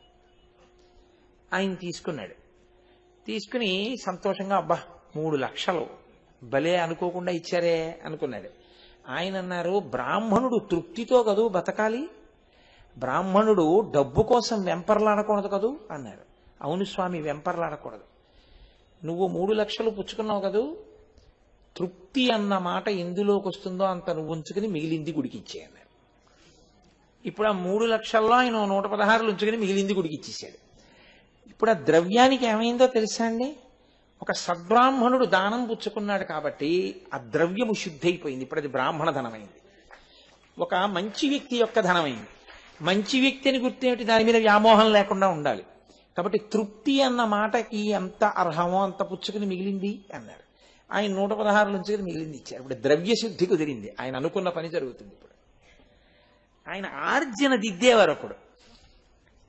అది అందుకని ఒక మంచి పని చేసేటప్పుడు గురువు గారిని సంప్రదించి చెయ్యండి అంటారు. చేసేటప్పుడు కొడుకుని దగ్గర పెట్టుకోండి అంటారు. ఎందుకో తెలుసా అండి? వాడికి ఎప్పుడూ ఏమీ తెలియదు అనుకోండి మీరు చేసేది. వాడికి ఏమైపోతుందంటే అసలు తండ్రి కొడుకుని దగ్గర పెట్టుకుని చేయడం అన్నది ఎన్నడూ చేయకపోతే వాడికి చెయ్యడం అన్నది రాదు. ఎందుకో తెలుసా? లోకంలో ప్రతి ప్రాణికి తెలిసేది ఏమిటంటే దాచుకోవడమే, ఇవ్వడం ఎవరికీ తెలియదు. ధర్మము చెయ్యడము అంటే తండ్రి కొడుక్కి చెప్తాడు, కష్టపడి ఇదిగో ఇది సంపాదించాను. నిన్న నేను ఈ లోపలికి వస్తుంటే నాగబాబు గారు నన్ను అక్కడ ఆపి, చూడండి ఈవిడ 1000 రూపాయలు ఇస్తారట గుడికి, గురువు గారు వచ్చాక తీసుకుంటానని నేను తీసుకోలేదన్నారు. ఏమి ఎందుకు తీసుకోలేదన్నాను. ఆవిడ పెద్దవారు, కొడుకులు ఎక్కడో ఉన్నారట. ఆవిడ ఎప్పటి నుంచో దాచుకున్నటువంటి 10 రూపాయలు 20 రూపాయలు చుట్టి వృద్ధాప్యంలో ఆసరా కోసమని ఆవిడ ఎంతో కష్టపడి దాచుకున్నటువంటి డబ్బు ఎప్పటి నుంచి దాచుకుంటోందో ఆ తల్లి, ఒక 1000 రూపాయలు ఆవిడ దాచుకోగలిగింది జీవితంలో. ఆవిడ ఆ 1000 రూపాయలు నన్ను కాపాడవో శివుడు నన్ను కాపాడతాడు అని నిర్ణయానికి వచ్చి ఆ 1000 రూపాయలు శివాలయానికి ఇచ్చేశారు. నేనన్నా, అమ్మ మీకు ఎవరైనా ఉన్నారా మిమ్మల్ని చూడ్డానికి అన్నాను. అంటే ఎక్కడో కొడుకులు ఉన్నారండి అన్నారు. అంటే ఆయన అన్నారు, మరి మీకు కాలో చెయ్యో వంగితే అవసరం ఉండదా ఈ 1000 రూపాయలు? ఆవిడ అన్నారు, శివుడు ఉన్నాడు నువ్వున్నావు అన్నారు. నేను తెల్లబోయి, అబ్బా ఏమి ధృతి అనుకుని మీ ద్వారా పుచ్చుకుందామని ఆగానండి అన్నాడు. నేను తీసుకుని నేనన్నాను, అమ్మా ఈశ్వర దృష్టిలో నేను మీకు ఈ సమయమునందు కొడుకునగుదునుగాక, మీ కొడుకుగా ఈ ద్రవ్యాన్ని ఇస్తున్నాను, నా తల్లి అభ్యున్నతి కొరకు మిమ్మల్ని అమ్మగా భావన చేసి ఇస్తున్నానమ్మా అని ఇచ్చి వచ్చేసాను. కాబట్టి దానము ఇప్పుడు ఒక 100 కోట్లు ఇస్తే ఎంత పుణ్యం వస్తుందో ఆవిడ ఖాతాలో అంతా పడిపోతుంది. ఎందుకో తెలుసా అండి? ఆవిడ ఎన్నేళ్ల నుంచి దాస్తే అయిందో ఆ 1000 రూపాయలు. ఆవిడ ఆ 1000 రూపాయలని తృణప్రాయంగా శివుడు ఉన్నాడు నన్ను చూడ్డానికని ఇచ్చేశారంతే ఆవిడ. అరే ఏమి ధృతి అంటే అది. కాబట్టి మీరు జాగ్రత్తగా గమనించండి. అర్థం, కామం, కోరిక మనసు చెప్పకుండా ఉండదు, ఎప్పుడూ దిక్కుమాలిన కోరిక చెప్తూనే ఉంటుంది. దానికి ఏముందంటే నదర, దీనికి నదరగా కనపడ్డవన్నీ నావైతే బాగుంటుంది. నువ్వు తిరస్కరించగలగాలి, నోర్మొయ్. నువ్వు అలా అడగడం ఏంటి? ఎటువంటి శరీరంలో ఉన్నావు? మనుష్య శరీరంలో ఉండి అదే నువ్వు కోరవలసిందే. ఇంకొకసారి ఎప్పుడైనా ఇటువంటి ప్రస్తావన తెచ్చావో అనుశాసన పర్వం ఇంకో 11 మాటలు చదివిస్తాను అని మీరు చెప్పారనుకోండి, అది ఊరుకుంటుంది. మీరు అంగీకరించారనుకోండి, అది మీతో ఎంత తప్పైనా చేయించేస్తుంది. అందుకే అర్థమనర్థం భావయ నిత్యం, కామమును అర్థమును పరిశీలనం చేస్తుండాలి, ఎప్పుడూ పరిశీలనం చేస్తుండాలి. ఇది రెండిటిని ధర్మానికి ముడేస్తూ ఉండాలి. ధార్మికమైన కామము ఏ దోషము లేదు. నాకు కొడుకు పుట్టాలి అని కోరుకున్నారనుకోండి, తప్పేమిటి? కొడుకు పుట్టాలని కోరుకోవద్దా? మరి పితృరుణం తీరద్దు? నా భార్యాబిడ్డలు కడుపు నిండా అన్నం తినడానికి కావలసినంత ద్రవ్యం కావాలి, ఏమీ తప్పులేదు. నేను కొద్దిగా దాన ధర్మాలు చేసుకోవడానికి నాకు ద్రవ్యం కావాలి, ఏమీ తప్పులేదు. నా ఆరోగ్యం బాగుండాలి, ఏమీ తప్పులేదు. ఇటువంటి ధార్మికమైనటువంటి కోరికలు ఏముంటాయో అవి ధర్మంతో ముడిపడుతోందా? అదొక్కటే మీరు చేసుకోవాల్సిన పరీక్ష. ధర్మంతో ముడిపడింది, మీరేమీ మొహమాట పడక్కర్లేదు, హాయిగా సంతోషంగా మీరు అనుభవించవచ్చు. ఈశ్వరుడు అందుకే ఇచ్చాడు భోగస్థానాలు, మీరు చక్కగా అనుభవించవచ్చు. ఓ కొబ్బరికాయ బెల్లం ముక్క ఈశ్వరుడికి నైవేద్యం పెట్టి కొబ్బరికూరు బెల్లం తినచ్చు. ఈశ్వరుడికి పాయసం నైవేద్యం పెట్టి తినచ్చు, నీ ఆరోగ్యం అనుమతిస్తే. ఇది అసలు తప్పు. ఇలా నేను ఇటువంటి కోరిక నా మనసులోకి రాకూడదు, ఇది ధర్మముతో ముడిపట్టలేదు. ఆ కోరిక అసలు ఈశ్వరుడి దగ్గర కాదు, నీలోకే రాకూడదు. ఈ పరిశీలనము నీకొస్తే నేను ప్రీతి పొంది నువ్వు అడగవలసిన అవసరం లేకుండా నేను నిన్ను చూస్తాను. ఇది ఆయన వృషభమునెక్కి తిరగడం, అది ధర్మము మీద ఎక్కి తిరగడం. అందుకే నేను అంటే ఏదో నా ఉపన్యాసం పూర్తి చేయాలి కాబట్టి అంతవరకే చెప్తున్నాను. కానీ మళ్ళీ ఈ ధర్మాన్ని అందరికీ పనికొచ్చే ధర్మాలు అని కొన్ని ఉంటాయి, సామాన్య ధర్మములు అంటారు. సామాన్య ధర్మములు సమస్త మానవాళికి ఉంటాయి, ఇతర ప్రాణులకు ధర్మం అన్న మాట లేదు. ఎందుకో తెలుసా అండి, వాటికి శాస్త్రము పనికిరాదు, గురువు ఉండడు, వాటికి అసలు తమని తాము సంస్కరించుకోవలసిన అవసరం వాటికి ఏమి ఉండదు. వాటి అన్నిటికీ కలిపి ఒకటే ధర్మం, పశుధర్మం. మనకో నిరంతరం మారిపోతూ ఉంటుంది ధర్మం. నేను ఇప్పుడు ఇలా ఉన్నాననుకోండి, నేను ప్రవచనం చేసేవాడిగా నా ధర్మం నేను నిర్వర్తించాలి. నా రాగద్వేషాలకి లేకపోతే నాకున్నటువంటి మనసులో అభిప్రాయాలకి అనుగుణంగా శాస్త్రాన్ని మార్చే ప్రయత్నం చెయ్యకుండా శాస్త్రమునకు కట్టుబడి మాట్లాడడం నా ధర్మం. నేను ఇది దిగిపోయి ఇంటికి వెళ్ళిన తర్వాత నా భార్య నాతో ఏదైనా ఒక ఇంటి సమస్య గురించి చెప్తోందనుకోండి, అప్పుడు నాది భర్తృధర్మం. నేను ఆమె భర్తగా, ఇంటి యజమానిగా దాన్ని విని పరిశీలించి ఎలా పరిష్కరిద్దాం అని చెప్పడం నా ధర్మం. అంతేగాని అప్పుడు మెట్ట వేదాంతం చెప్పకూడదు దానికి. అలాగే నా కొడుకు దగ్గర నిలబడ్డాననుకోండి, పితృధర్మం. నా తల్లి దగ్గర నిలబడ్డాననుకోండి, పుత్రధర్మం. రేపు ఆఫీస్కి వెళ్ళాననుకోండి, ఉద్యోగి ధర్మం. ధర్మము ఒక్కలా ఉండదు. ఏకాదశి వచ్చిందనుకోండి ఉపవాసం ధర్మం, ద్వాదశి వచ్చిందనుకోండి పారణ ధర్మం. ధర్మము నిరంతరము మారుతూ ఉంటుంది. మారిపోయే ధర్మాన్ని, ఎవరి స్థానంలో ధర్మాన్ని వాళ్ళు పట్టుకోవాలి. అది అతిక్రమించడమే అన్నిటికన్నా దోషభూషితం. అది తెలియక ఏం చేస్తారంటే, చాలా నేను బాగా ప్రవర్తించేస్తున్నాను అనుకుంటారు. అది ధర్మమన్న చట్రములోకి ఇమడలేదు, మిమ్మల్ని రక్షించదు. మీరు ఎప్పుడూ జ్ఞాపకం పెట్టుకోవలసిన మాట అదొక్కటే. ధర్మమన్న చట్రంలోకి ఇముడుతోంది మీరు చేసే పని, మీకు శ్రీరామ రక్ష. ధార్మిక చట్రములోకి ఇమిడినటువంటి కోరిక ఈశ్వరానుగ్రహమును కల్పిస్తుంది. దాని యందు దోషమేమీ ఉండదు. నీ భార్య యందు నీకు కామముంది, పరమధార్మికము. నివర్తయమనోమత్త స్వజనే క్రియతాం మనః అని చెప్పింది సీతమ్మ. నీ భార్య యందు నువ్వు మనసు పెట్టుకో, పరమధార్మికం. పరస్త్రీ యందు నీ మనసు ప్రవర్తించింది, మూలఘాతి, నశించిపోతావు పుత్రమిత్ర కళత్రాదులతో. వెంటనే తిప్పియాలి మనసుని, తప్పు. ఉత్తర క్షణం కామాక్షి అమ్మవారిని చూడు, నా తల్లి కామాక్షి ఉన్నది ఆవిడ్లో అని పరిశీలనం చేసి నీ మనసు తిప్పాలి, లేకపోతే పాడవుతావు. అంటే కామము ధర్మముతో ముడిపడుతూ ఉండాలి, అర్థము ధర్మముతో ముడిపడుతూ ఉండాలి. అర్ధకామములు ధర్మముతో ముడిపడిపోతే నీ ప్రయత్నం లేకుండా సిద్ధించేది మోక్షమే. అన్నం తింటే కడుపు నిండినట్టు, నీళ్లు తాగితే దాహం తీరినట్టు ఈశ్వరుడు ఏం చేస్తాడంటే, ఇదే భక్తితో కూడిన కర్మాచరణము అని పేరు. ఒక్క భగవంతుడి దగ్గర కూర్చొని గంట కొట్టడం, దీపారాధన చేయడం, మారేడు దళాలతో పూజ చేయడం పూజ నువ్వు అనుకుంటే అంతకన్నా పిచ్చి పొరపాటు ఇంకొకటి లేదు. ఈశ్వరుడు సంతోషించేది నీ జీవితము ఈ చక్రములోకి ఇముడుతోందా. కాబట్టి నిరంతర ఈశ్వరానుసంధానము అన్న మాటకు అర్థం ఏమిటో తెలుసా అండి?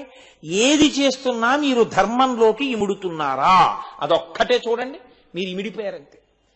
ఇలా నేను లేవచ్చా, నేను అలా లేవకూడదు 7 గంటలకి, మార్చుకోండి. లేవగానే నేను పేపర్ చదవచ్చా, చదవకూడదు, నేను సంధ్యావందనం చేయాలి, చెయ్యండి.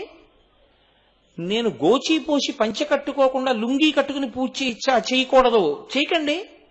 ఉత్తరీయం లేకుండా పై వస్త్రంతో నేను అన్నం తినచ్చా, తినకూడదు, తినకండి. ఎప్పుడు ఈశ్వరానుసంధానం చేస్తారు మీరు? ఎప్పుడూ మిమ్మల్ని మీరు పరిశీలనం చేసుకుంటూ ధర్మచక్రంలోకి నేను ఇముడుతున్నానా, అదొక్కటి చూసుకుంటే మీరు విడిచిపెట్టవలసినవి విడిచిపెట్టేస్తారు, మీరు పుచ్చుకోవలసినవి పుచ్చేసుకుంటారు. అంతే, అయిపోయింది. దాని వలన ఏమైపోతుందంటే మోక్షం సిద్ధించేస్తుంది. ఈ జన్మలో కాకపోతే ఉత్తర జన్మలో, ఆ పైక జన్మలో. అలా కాకపోతే శాస్త్రం చెప్పిన వాక్కుకి పరమార్థం లేదు. అలా చెప్పడానికి భయం ఏమీ అక్కర్లేదు, అలా నమ్మడానికి భయం అంతకన్నా ఉండకూడదు. లేనప్పుడు ఇంక శాస్త్రాలు, గురువులు, ఈ ప్రకరణాలు ఇవన్నీ ఎందుకండి? కాబట్టి ధర్మము అనేటటువంటి చట్రంలోకి ఇమడడం నువ్వు నేర్చుకో. అందుకే మన వాళ్ళు ఎప్పుడు ఏం చెప్తారంటే ధర్మచక్రము అంటారు. అది తిరగాలి. అంటే ఒకనాడు పట్టుకుని ఒకనాడు వదిలేది కాదది. నీ ఊపిరి ఉన్నంత కాలము ధర్మం కూడా ఉంటుంది. నువ్వు పాటించవలసిన ధర్మాన్ని నువ్వు పాటిస్తూనే ఉండాలి, నువ్వు చేస్తూనే ఉండాలి. ధర్మముతో బ్రతకడమా, ధర్మమును విడిచిపెట్టి సుఖించడమా అన్న ప్రశ్న వస్తే ధర్మమును విడిచిపెట్టి సుఖించడం కన్నా ధర్మాన్ని పట్టుకుని ఏడుస్తానన్నాడు రామచంద్రమూర్తి. అందుకే సమస్త పిపీలికాది పర్యంతము కూడా ఆయనతో కలిసిపోయి ఆయననే ప్రార్థన చేశాయి, ఆయనని చూస్తే పొంగిపోయాయి. ఆయన వాలితో స్నేహం చేస్తే 5 నిమిషాలు సీతమ్మని తీసుకొచ్చేయచ్చు. ఆయనే తన తమ్ముడు భార్యని ఎత్తుకెళ్ళిన వాడు, సుగ్రీవుడి భార్యని. ఆయనతో నాకు స్నేహం ఏంటి? నాకు అక్కర్లేదు. వాలిని చంపి సుగ్రీవుడితో స్నేహం చేసుకుంటాను.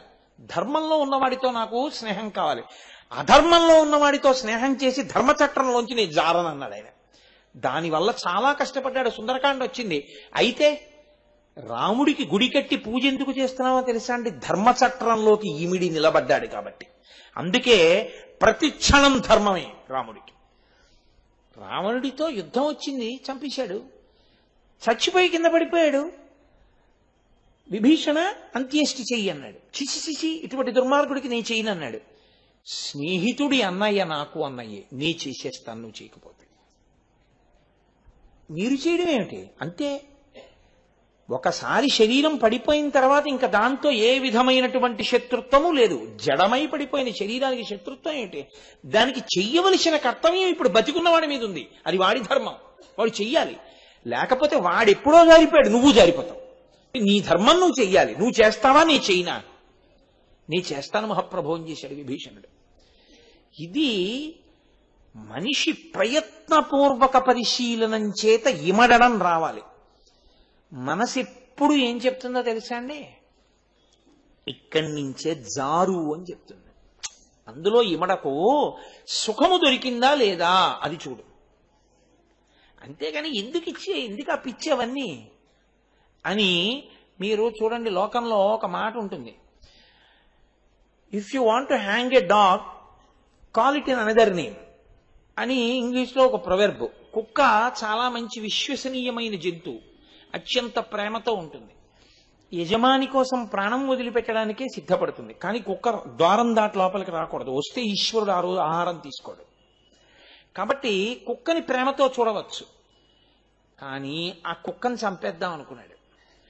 ఇన్నాళ్ళు సేవిస్తున్న కుక్కను చంపేస్తానంటే బాగుండదు కదా. అందుకని ఏమన్నాడంటే, నేను పులిని చంపేస్తున్నానని చంపేశాడు. అది పులండి, అయ్యి బాబోయ్ అంటూ చంపేశాడు.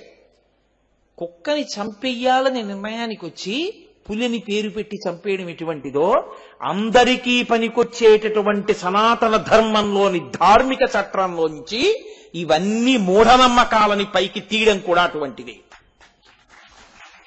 ధార్మిక చట్రంలోకి నువ్వు ఇమిడితే నీ అభ్యున్నతి. సుఖాల కోసం ధార్మిక చట్రంలోంచి తప్పించే ప్రయత్నం చేయడం వ్యక్తి అభ్యున్నతిని నాశనం చేయడమే. కాబట్టి ధర్మచట్రంలో ఇమడమనే చెప్పాలి ఎవరు చెప్పినా. అందుకే ఎప్పుడు బోధ దేని మీదకి వెడుతుందో తెలుసా అండి? ధర్మం ధర్మం ధర్మం, దాని మీదే కూర్చుంటుంది. అందుకే సనాతన ధర్మంలో అన్నిటికన్నా సర్వోత్కృష్టమైన సేవ ఏది అని అడిగారు. అన్నదానం చేయడం, ఉచిత కంటి శస్త్రచికిత్సలు చేయడం మంచివే, నేను కాదంటలేదు. కానీ పతాక స్థాయిలో మంచి ఏమిటో తెలుసా అండి? మంచి మాట చెప్పడమే.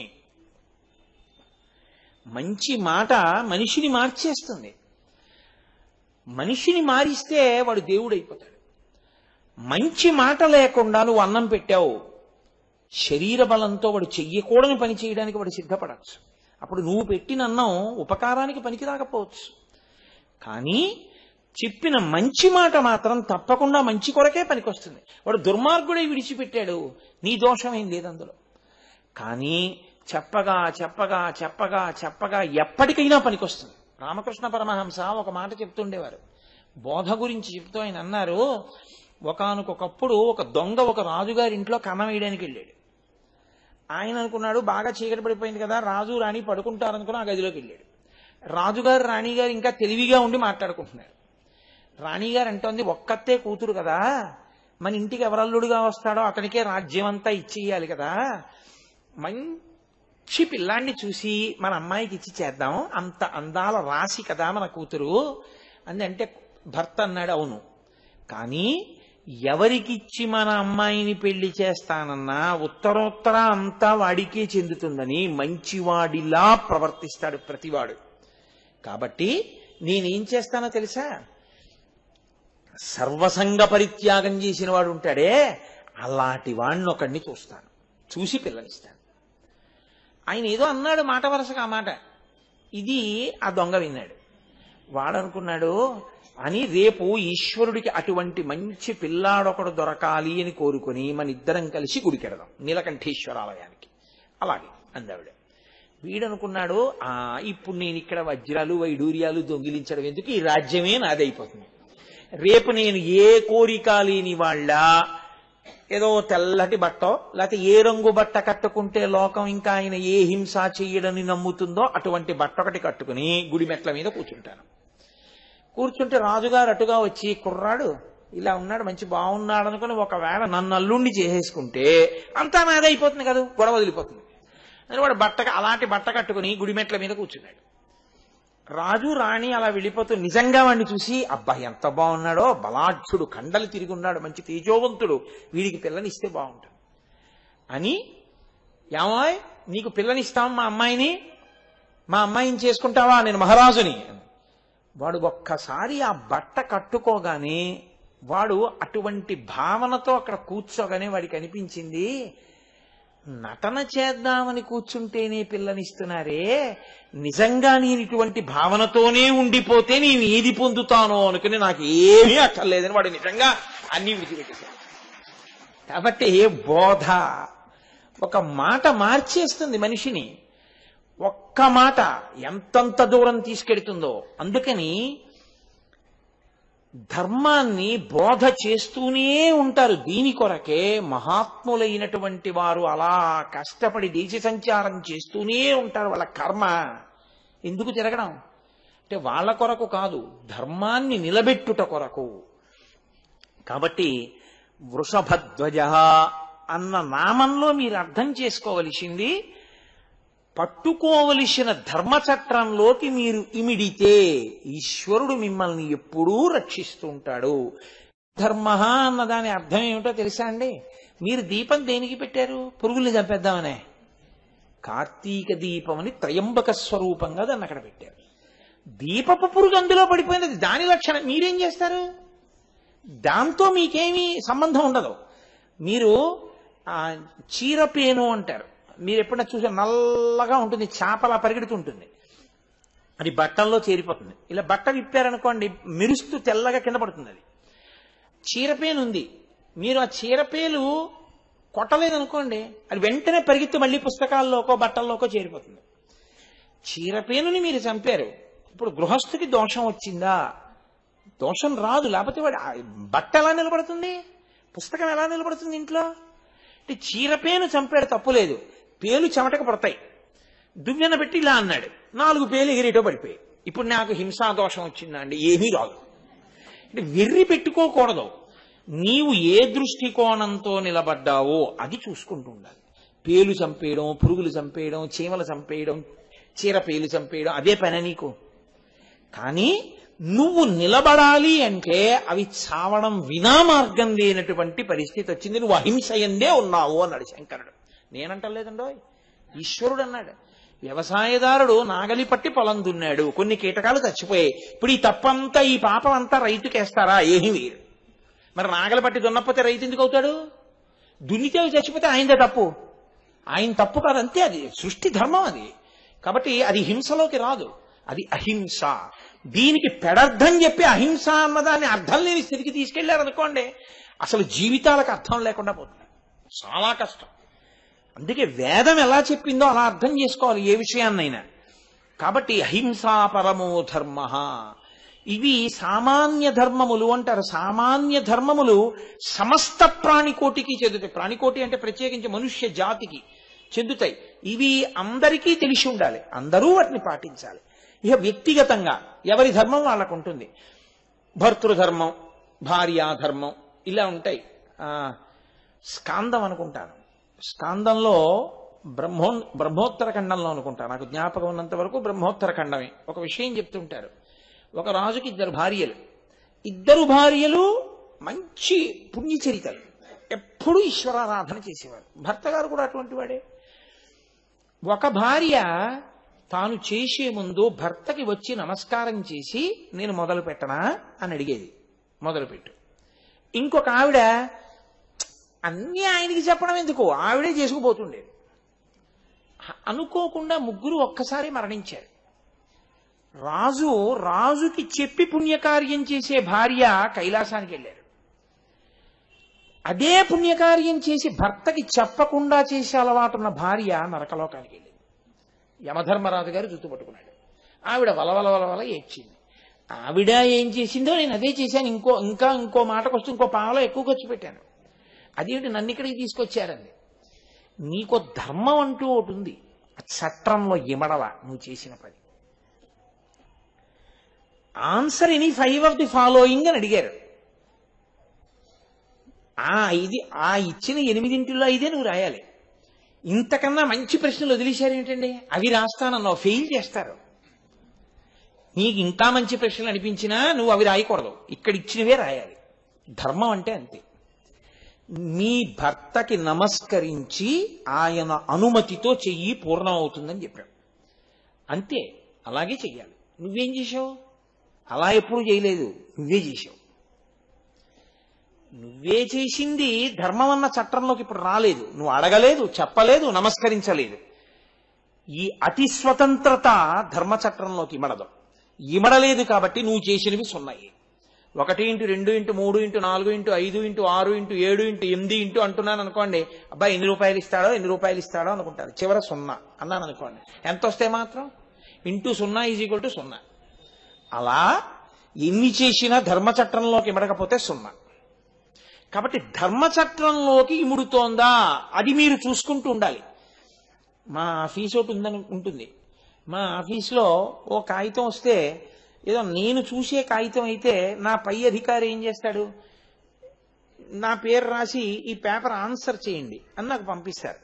నేనేం చేస్తాను, నేను ఆ పేపర్కి ఒక ఆన్సర్ రాసి ఒక రిప్లై లెటర్ తయారు చేసి దాన్ని, ఆయనకేం తెలుసు, ఆయన నన్ను కదా తయారు చేయమన్నాడు. ఇప్పుడు ఆయనకి చెప్పడం ఎందుకు, నేను కింద పెట్టేస్తే సరిపోతుంది సంతకం.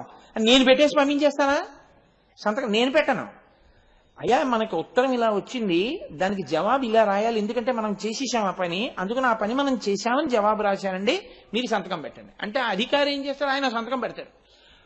ఆయన రాత్రి 7ంటికి వచ్చాడు అనుకోండి, ఆ సంతకం కోసం నేను కూర్చోవాలి. అంతేగాని ఏమిటండి ఇప్పుడు ఆయనకి చెప్పినా చెప్పకపోయినా ఏముందండి, ఆయనైనా ఇలా అనేదే కదా, నేనే అంటానని అనేయకూడదు, అందులో తప్పే ఉందండి, నేను చెప్పింది.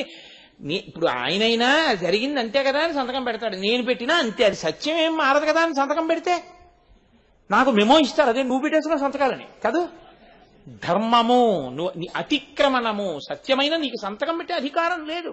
నీకు అధికారం వచ్చింది, నూత్రాలు రాయకూడదు, రాయించాలి, అప్పుడు ధర్మం వేరు. అప్పుడు కూడా నేనే రాసేసుకుంటూ ఉంటానండి అంటే అప్పుడు నువ్వు మిస్ఫిటింగ్ ఆఫీసర్. నీకు you can do the work but you cannot get the work done, మళ్ళీ అదో ఫెయిల్యూర్. అప్పుడు నువ్వు చేయకూడదు, నువ్వు చేయించాలి. ధర్మం మారుతోందా మారట్లేదా? ఏమి మీరు ఇవన్నీ ధర్మాలని మరి రోజు ఆచరిస్తున్నవారు నిత్య జీవితంలో ఈశ్వరుడి విషయంలో ధర్మచట్రంలోకి ఎందుకు ఇమ్మడరు అంటే మిమ్మల్ని కాదండో, మీరు జ్ఞానులు, మీరు పరిపూర్ణమైన ధార్మికులు నా గురించి. కాబట్టి ఈ ధర్మచట్రంలోకి ఇముడు, నీ కోర్కెలు తీరుస్తాను. అందులోకి ఇమడకుండా అడిగితే కుదరదు, అలా చేయడం సాధ్యం కాదు. ఇది చెప్పడం, ఆయన వృషభవాహనమెక్కి తిరుగుతూ ఉంటాడు. అందుకే వృషభమునకున్న 4 పాదములే ధర్మమునకున్న 4 పాదములు. తపస్సు, శౌచము, దయ, సత్యము. ఈ 4 పాదములుగా ధర్మం నడుస్తుంటుంది. కలియుగంలో సత్యమన్న ఒక్క పాదం మీదే ఉంటుంది అని. కానీ ఈ విషయాన్ని గ్రహించి మనం మారవలసిన తీరేమి, ధర్మచట్రములోనికి ఇముడుట. దాని వలన అందరం అభ్యున్నతిని పొందుతాం. దాని కొరకు వచ్చింది ఆ నామం. అంతేగాని ఆయన ఇద్దెక్కి తిరుగుతాడండి అని చెప్పడానికి ఆ నామం ఎందుకండి?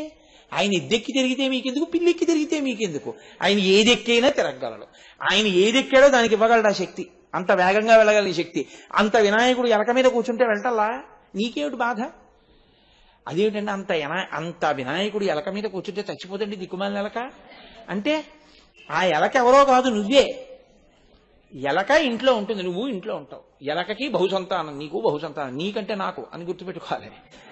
ఎలక అన్ని దానికి అక్కర్లేని విషయం ఉండదు. ఆఖరికి ఎలకని పాము మింగేస్తుంది. మీరు ఒక నాగేంద్రుడి బొమ్మ ఇంట్లో పెట్టి కాసిన పాలు పోస్తే ఆ నాగేంద్రుడి బొమ్మని ఎలకెత్తుకుపోతుంది. అన్నీ మన ఇంట్లోకి తీసుకెళ్లిపోయి మన ఇంటి చూరులోనే కాపరం చేసి మన ఇంట్లోనే కన్నాలెట్టి పడుకున్నప్పుడు ఇంటి యజమాని వేళ్లు కొరుకుతుంది. నన్ను కొరికింది ఒకసారి ఏలూరులో అలాగా. అడిగిపోయాను, ఇదేంటి అలా కొరికిందంటే అబ్బాయి ఏం లేదు, రాత్రి ఎలకలు కొరుకుతాయి మా ఇంట్లో అన్నాడు ఆయన. అయితే ఇవాళ శివరాత్రి నాకని చెప్పి కూర్చున్నది. అది ఆయనకు అలవాటు, అని ఆయన పడుకోగలిగి, నాకు అలవాటు లేదు, ఇప్పుడే నాకు ఎలక కొరకడం అలవాటు లేదు, నాకు ఏం నిద్రపట్టలేదు. కాబట్టి ఎలక కొరకడం తిన్న ఇంటి ఏ ఇంట తిందో ఆ ఇంటి యజమాని కాళ్లే కొరుకుతుంది. అది ఎవడు మనకు అన్నం పెట్టాడో, ఎవడు మన ఆదరించాడో వాణ్ణి మోసం చేస్తాను నేను కదండి. అందుకని అది నింద్యుడు, అన్నీ అలాగే బతుకుతుంది. అది ఈశ్వరుణ్ణి మోయడం మొదలుపెట్టింది, అనింద్యుడు అంతే. ఇప్పుడు అది ఎలకే, కానీ మామూలు ఎలక కాదు, ఈశ్వరుణ్ణి మోస్తున్న ఎలక. దాని గుండెల నిండా ఈశ్వరుడు ఉన్నాడు, అనింద్యుడు. అందుకే ఎలక పేరు అనింద్యుడు. అది మొయ్యగలదు, భక్తి ఉంటే మొయ్యగలవు. కాబట్టి ఈశ్వరుడు ఎద్దెక్కాడు అనకండి. ఈశ్వరుడు ఎద్దేమిటి, ఏదెక్కినా వెళ్ళిపోతుంది. చీమ ఎక్కితే ఆ చీమకి వెళ్ళగలిగిన శక్తి ఆయన ఇస్తాడు, శక్తి ఆయనది. వృషభవాహనుడు, మీరు ధర్మచక్రంలో ఇమడాలని మీరు గ్రహిస్తే కోరికలు వర్షించడానికి నేనున్నానని ఆయన వృషధ్వజుడై ఉన్నాడు. ఇది చెప్పడానికి వృషాంకో వృషభారూఢో భస్మోద్ధూళిత విగ్రహ. ఆయన ఒంటి నిండా విభూతి అలదుకొని ఉంటాడు. ఏమా విభూతి? అసలు ఆ విభూతి, అసలు శివసహస్రనామ స్తోత్రంలో ఆశ్చర్యం ఏంటో తెలుసా అండి? ఆయన పేరు మహాభస్మ, శివుడి పేరు. అయితే మనకు వచ్చిన ప్రారంధ కర్మ అంతా ఎక్కడొచ్చిందంటే, విభూతి పెట్టుకున్నారనుకోండి, వెంటనే ఏమంటారంటే వాడు శివభక్తుడు అంటారు. ఒక్క శివభక్తులే విభూతి పెట్టుకుంటారు అని ఎక్కడా లేదు. విభూతి ధారణము వైదికము, వేదప్రోక్తము. నువ్వు విష్ణు భక్తుడవు, విభూతి పెట్టుకుంటావు. నీవు అమ్మవారి భక్తుడవు, శాక్తేయుడవు, విభూతి పెట్టుకుంటావు. నువ్వు సౌరమునందున్న వాడవు, సూర్యభగవాను ఆరాధిస్తావు, పెట్టుకుంటావు. నువ్వు విష్ణు భక్తుడవు, విభూతి పెట్టుకుంటావు. చాలా మంది ఏమనుకుంటారంటే శంకరాచార్యుల వారు పరమశివ భక్తుడు అనుకుంటారు. అసలు యథార్థంగా చూస్తే శంకరాచార్య స్వామి పరమ విష్ణు భక్తుడు. ఎందుకో తెలుసా అండి? ఆయన ఆరాధ్య దైవం కృష్ణ భగవానుడు. అందుకే పూర్ణానదిని ఆయన వాళ్ళ అమ్మగారి కోసం అని చెప్పి పర్ణశాలకు దగ్గరగా తీసుకొస్తే ఆ మధ్యలో ఉన్న కృష్ణుడు గుడి కూడా కొట్టుకెళ్ళిపోతుంది. కృష్ణుడు అన్నాడు, మీ కులదైవాన్ని కదా, నా గుడి వెళ్ళిపోతోంది అలాగన్నాడు. ఆయన తన యొక్క శక్తి చేత ఆ గుడిని తీసుకొచ్చి నది ఒడ్డున పైన పెట్టారు. ఇప్పటికీ ఉందండి మహానుభావుడు గుడి. శంకరాచార్య స్వామి వారి పూర్ణానది అమ్మగారు శంకరాచార్యుల వారిని ప్రసవించినటువంటి గదిని కూడా తన శక్తితో తెలుసుకున్నారు మహానుభావుడు. శివానంద సదాశివేంద్ర భారతీ వారు శృంగగిరి పీఠాధిపత్యం వహించినటువంటి మహానుభావుడు. కాబట్టి అటువంటి శృంగేరిలో కృష్ణ భగవాను అర్చించిన కుటుంబం ఆ కుటుంబం. ఆయన జీవితంలో మొట్టమొదట చేసిన స్తోత్రం కనకధారా స్తోత్రం, లక్ష్మీదేవిని ఉద్దేశించి చేశారు. ఆయనని సరస్వతీదేవి అడిగితే చేసిన వ్యాఖ్యానం విష్ణు సహస్రనామ స్తోత్రానికి వ్యాఖ్యానం చేశారు. ఆయన లోకానికంతటికీ చేసిన ప్రబోధం ఈ నామం చెప్పండి అని చెప్పింది. భజ గోవిందం భజ గోవిందం గోవిందం భజ మూఢమతే. గోవిందా గోవిందా గోవిందా అనవయా అని చెప్పారు ఆయన. వెంకటాచలం వచ్చి యంత్రం వేసింది శంకర భగవత్పాదులు. శంకర భగవత్పాదులకి భేదాలు తెలియవు. శంకరులు పూర్ణ శంకరులు, ఆయనకి ఉన్నది ఒక్కడే ఈశ్వరుడు. ఆయన అందుకే ప్రశ్నోత్తర మాలికలో ఈశ్వరుడెవరు అని అడిగితే శంకరనారాయణుడు అని చెప్పారు ఆయన. అటువంటి శంకర భగవత్పాదులు విభూతి ధారణ చేస్తే దాని అర్థం ఆయన శివభక్తుడు అని కాదు, అది వైదికము అని దాని అర్థం, వేదప్రోక్తము. అందుకే విభూతిని ఎడం చేతిలో వేసుకుని నీళ్లు వేసి కలుపుతారు. స్నానానంతరం అయితే, స్నానానికి ముందైతే తడిపిన భస్మ పెట్టుకోకూడదు, పొడి భస్మ పెట్టుకోవాలి.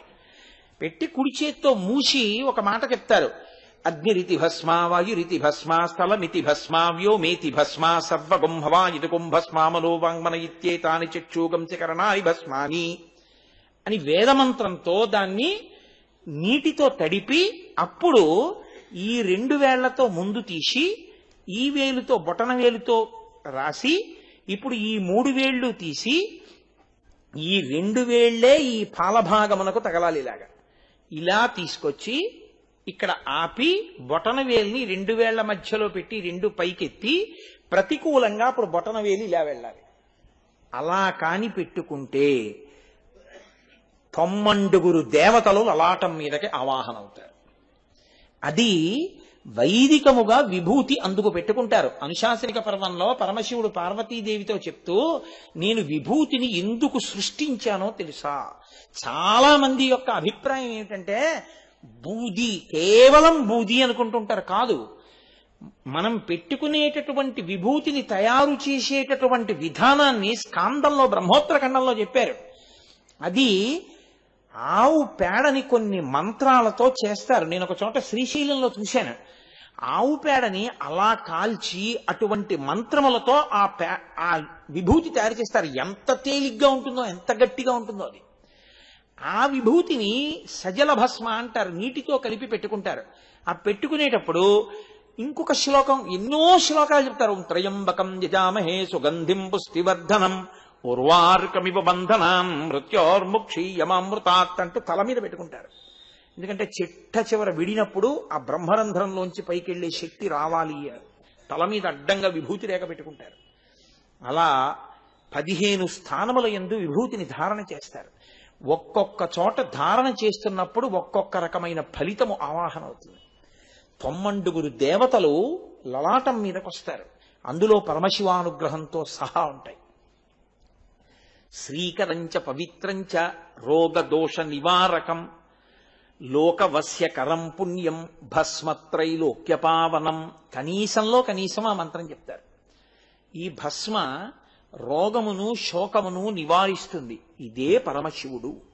ఇది నాకు సర్వదా కృప చేస్తుంది. లోకమంతటి చేత గౌరవింపబడదగినటువంటి ప్రవర్తన నా యందు కల్పిస్తుంది అని మంత్రం చెప్పి 3 రేఖలుగా ఆ భస్మని ధరిస్తారు. భస్మ మహదైశ్వర్యం. అందుకే చాలా మంది ఏమనుకుంటారంటే భస్మ అంటే అది ఇంకా దానికన్నా పనికిరానిది లోకంలో ఇంకోటి ఉండదు, అంటే బూడిద పూసుకునేవాడు అనుకుంటారు. కాదు, భస్మ అని దానికి ఎందుకు పేరు వచ్చిందో తెలుసా అండి? అమరకోశం అండి. అదే భగవంతుని యొక్క పరమైశ్వర్యము, అష్టసిద్ధులతో సహా ఈశ్వరస్య భావనతో సహా సమస్తము విభూతియే. విభూతిం భూతకరీ పవిత్రజననీ పాపౌఘ విధ్వంసనీ సర్వోపద్రవనాశినీ శుభకరీ సర్వార్థ సంపత్కరీ భూత ప్రేత పిశాచ రాక్షస గణారిష్టాది సంహారిణీ తేజోరాజ విశేషమోక్షణకరీ విభూతి సదాధార్యతాం అంటూ ఆ విభూతిని అంత నమస్కారం చేసి ఆ విభూతి ధారణ చేస్తారు. విభూతి పెట్టుకునేటప్పుడు ఆ విభూతి అంత శక్తివంతం. అది దాని పేరు భస్మ. భస్మ అని ఎందుకంటారో తెలుసా అండి? స్కాందంలో వ్యాస భగవానుడు చెప్పాడు దాన్ని ఎందుకు భస్మ అంటారు. భ అంటే కాలుస్తుంది, స్మ అంటే గుర్తు చేస్తుంది. 2 లక్షణములు దాని ఎందున్నాయి కాబట్టి దాన్ని భస్మ అంటారు. ఎందుకు భస్మ పెట్టుకుంటారంటే దేన్ని కాలుస్తుంది? పాపమును కాలుస్తుంది. పాపం అనగా ఏమి? మీకు ఈశ్వరుడికి మధ్యలో ప్రతిబంధకంగా వచ్చి మీరు ఈశ్వరుణ్ణి చేరకుండా అడ్డుపడిపోయేటటువంటిదేదో దానికి భస్మ అని పేరు. అటువంటి పాపాన్ని కాల్చేసి ఇప్పుడు మిమ్మల్ని ఈశ్వరుడి దగ్గరికి తీసుకెడుతుంది. దీని వలన స్మ అస్తమానం భగవంతుడు స్మరణలోకి రావడం, ఈశ్వరుణ్ణి స్మరణలోకి ఎలా తెచ్చుకోవాలి అన్న కోరిక మీ యందు జనిస్తాయి భస్మధారణ చేత. ఇది ఎక్కడి వరకు వెళ్ళిపోతుందంటే అంత్యమునందు కూడా ఈశ్వరనామ స్మరణ చేయగలిగిన శక్తి వస్తుంది. అందుకే అది పరమైశ్వర్యం. ఇంతకు మించిన ఐశ్వర్యం ఏముంటుందంటే అది ఇచ్చింది ఇంకోటి ఏమి ఇవ్వదనుకుంటున్నారు? పరమశివుడు పెట్టుకునేటటువంటి భస్మ ఏమిటో తెలుసా అండి? ఆయన భస్మోద్ధూళిత సర్వాంగం, ఒళ్ళంతా భస్మ రాసుకుంటాడు. ఎందుకు రాసుకుంటాడో తెలుసా? ఈ ప్రపంచమంతా లయం అయిపోతుంది. ఈ ప్రపంచమంతా లయం అయిపోయిన తర్వాత మనం చూడండి, ఏదో ఓ బెండ తోట వేస్తాం. బెండ తోటలో కాయలన్నీ తెచ్చుకుని ప్రతిరోజు చక్కగా కూర వండేసుకుంటాం. ఇంకా బెండ కాపు అయిపోతుంది, ఇంకా బెండ కాయలు, ఇంకా చెట్లన్నీ కూడాను ఒడిలిపోవడం మొదలెట్టేస్తాయి. అప్పుడు బెండకాయ ఒక దాన్ని బాగా ముదరనిచ్చి కోసి ఎండబెట్టేస్తాం. ఇప్పుడు ఆ బెండకాయ బాగా ఎండిపోయింది. మీరు ఆ కాయని పట్టుకుని ఇలా అంటే గలగల గలగల గలగలలాడతాయి విత్తనాలు, ఊడిపోయేవి. ఇప్పుడు అది వండుకోవడానికి, కూరకి, పండుకి, దేనికి పనికిరాదు. ఆఖరిని ఏం చేస్తారంటే అక్కడ ఒక కాగితమో డబ్బాయో పెట్టి దాన్ని ఒలిచేసి ఆ విత్తనాలన్నీ ఏం చేస్తారంటే ఓ డబ్బాలో పోసి అట్టే పెట్టుకుంటారు. మళ్ళీ వానాకాలం వచ్చే ముందు ఏం చేస్తారంటే భూమిని కొద్దిగా ఇది చేసి ఈ విత్తనాలు పట్టుకెళ్ళి వేశారు. ఏ ఎండిపోయిన కాయలో గలగలలాడిన విత్తనాలు మీరు ఇన్నాళ్ళు డబ్బాలో దాచారో మళ్ళీ అవి భూమితో సంపర్కము చెంది నీరు తగలగానే మళ్ళీ బెండ చెట్లై మళ్ళీ బెండకాయలు ఇస్తాయి. అవునా కాదా? అలాగే ఈ సృష్టినంతటినీ లయం చేసి తనలో తీసుకునేటప్పుడు మళ్లీ సృష్టి చేయడానికి కావలసిన సమస్త శక్తిని విభూతి కణముల యందు దాచి తన యందు పెట్టుకుంటాడు శంకరుడు. అది ఆయన పెట్టుకునే భస్మ. అందుకనే మహాత్ముల ఒంటికి భస్మ తగిలినది కింద పడినా, ఆ భస్మ కణం దొరికినా, ఆయన పెట్టుకున్న భస్మ మీకు తగిలినా మీకు విపరీతమైన శక్తినిస్తుంది. అదే కారణం. ఎందుకంటే ఆయన తపశ్శక్తి, ఆయన ఉపాసన శక్తి ఆ భస్మలోకి ఎడుతుంది. నేను మీకు పరమ యథార్థం చెప్తున్నాను, మీరు నమ్మండి. కొంతమంది మహాత్ములు ఎంతకీ అనారోగ్యం తగ్గలేదు అంటే ఒక్కసారి ఇలా లలాటమునకో చేతికో పెట్టుకున్నటువంటి ఆ భస్మని ఇలా తీసి ఓ అరిటాకు తెప్పించి ఇలా అంటారు. అంటే ఓ 2 కణాలు అందులో పడతాయి. వేలు నీటిలో ముంచి ఆ విభూతి మీద ముంచి ఆ రోగి నోట్లో ఇలా రాయండి అంటారు. అలా అంటే అంతటి ఉపాసన బలం ఉండాలి. ఎవరు పడితే వాళ్ళు చేయడం అని కాదు నా ఉద్దేశ్యం. శృంగగిరి పీఠంలో చంద్రశేఖర భారతి మహాపురుషుడు. ఆయన వేద విద్యార్థులకి అనారోగ్యం వస్తే భస్మ ఇచ్చి తగ్గించేవారు. ఈశ్వరాభిషేకం చేసిన భస్మ అంత శక్తివంతమై ఉంటుంది. కాబట్టి అది పరమశక్తివంతము, విశ్వాసము మీద ఆధారపడి ఉంటుంది. కాబట్టి అటువంటి భస్మ మిమ్మల్ని ఈశ్వరుడికి దగ్గర చేస్తుంది. సమస్త సృష్టి చెయ్యగలిగిన శక్తి ఆ భస్మయందు దాగి ఉంటుంది. ఇంత గొప్పది కాబట్టే దాన్ని తీసుకుని లలాటమనందు పెట్టుకుంటారు. కాదు, పెట్టుకోగా ఏమవుతుందో తెలుసా అండి? మీకు గొప్ప తేజస్సునిచ్చి, మీకు కీర్తినిచ్చి, మీరు సమస్త కోర్కెలు తీర్చుకోగలిగిన శక్తినిచ్చి, వేదం అంగీకరించిన విధంగా కోరిక తీర్చుకుని ఈ కోర్కెలొక కోర్కెలా అనేటటువంటి వైరాగ్యాన్ని ఇచ్చేస్తుంది. అందుకే చూడండి, అన్నీ ఏమవ్వాలి? నల్లగా అయిపోవాలి, కాలిపోతాయి. కాలిపోయే ముందుండే లక్షణం ఏమిటో తెలుసా అండి? లోపల దాగి ఉన్న దేన్నైనా తోసేస్తుంది. మీరు ఎప్పుడైనా చూడండి, కట్టెలో నీరు ఉంటుంది. కట్టె ఆ చివర అంటుకుందనుకోండి, ఆ నీరు ఇలా వెనక్కి వెళ్తుంది, మీకు కనపడదు. కట్టె కాలిపోతూ మంట ముందుకు వచ్చేస్తోంది, ముందుది బొగ్గైపోతోంది. మీరు కట్టెను అలా పొయ్యిలోకి తోస్తున్నారు. ఇప్పుడు లేవు, పూర్వం ఉండేవు పొయ్యిలు. ఆ కట్టె కాలిపోతూ మంట చివరకు వచ్చేసింది. ఇప్పుడు కట్టె చివరి భాగంలో నీరు బుసబుసలాడుతూ బుడగల కింద పైకి వస్తుంది. కట్టెలో దాగిన నీటిని బయటికి తోసేస్తుంది. ఇంతకు ముందెవరో ఆ కట్టెకు మేకు కొట్టారు, అందులో ఉంది మేకు. ఆ మేకు పైన నల్లగా చిన్న చుక్కలా కనపడాలి కదా, అది కూడా కనపట్టలేదు. దానికి ఏదో పేడు అడ్డొచ్చేసింది. ఇప్పుడు అగ్నిలో కాలిపోయింది. పేడంతా కాలిపోయిన తర్వాత నల్ల మేకు మాత్రం కాలు అందులో పడిపోతుంది, విడిపోతుందంటే. ముందు నల్లపడి తర్వాత ఏమైపోతుందంటే బూదిగా మారిపోయి తెల్లగా అయిపోతుంది. అంటే అన్నీ ఏ తెలుపులోకి వచ్చాయో ఆ తెలుపులోకి కలిసిపోతుంది. ఇంకిప్పుడు బూది ఇంకేమైనా అవుతుందా? ఇంకేం అనదు, అదే శాశ్వతం. కాబట్టి మారి చివరికి మారని స్థితి ఏదో ఆ మారని స్థితి సత్యం. మారి మారి మారి మారి మారే ధర్మాన్ని పట్టుకునేది దేనికి అంటే మారని సత్యాన్ని పట్టుకోవడానికి.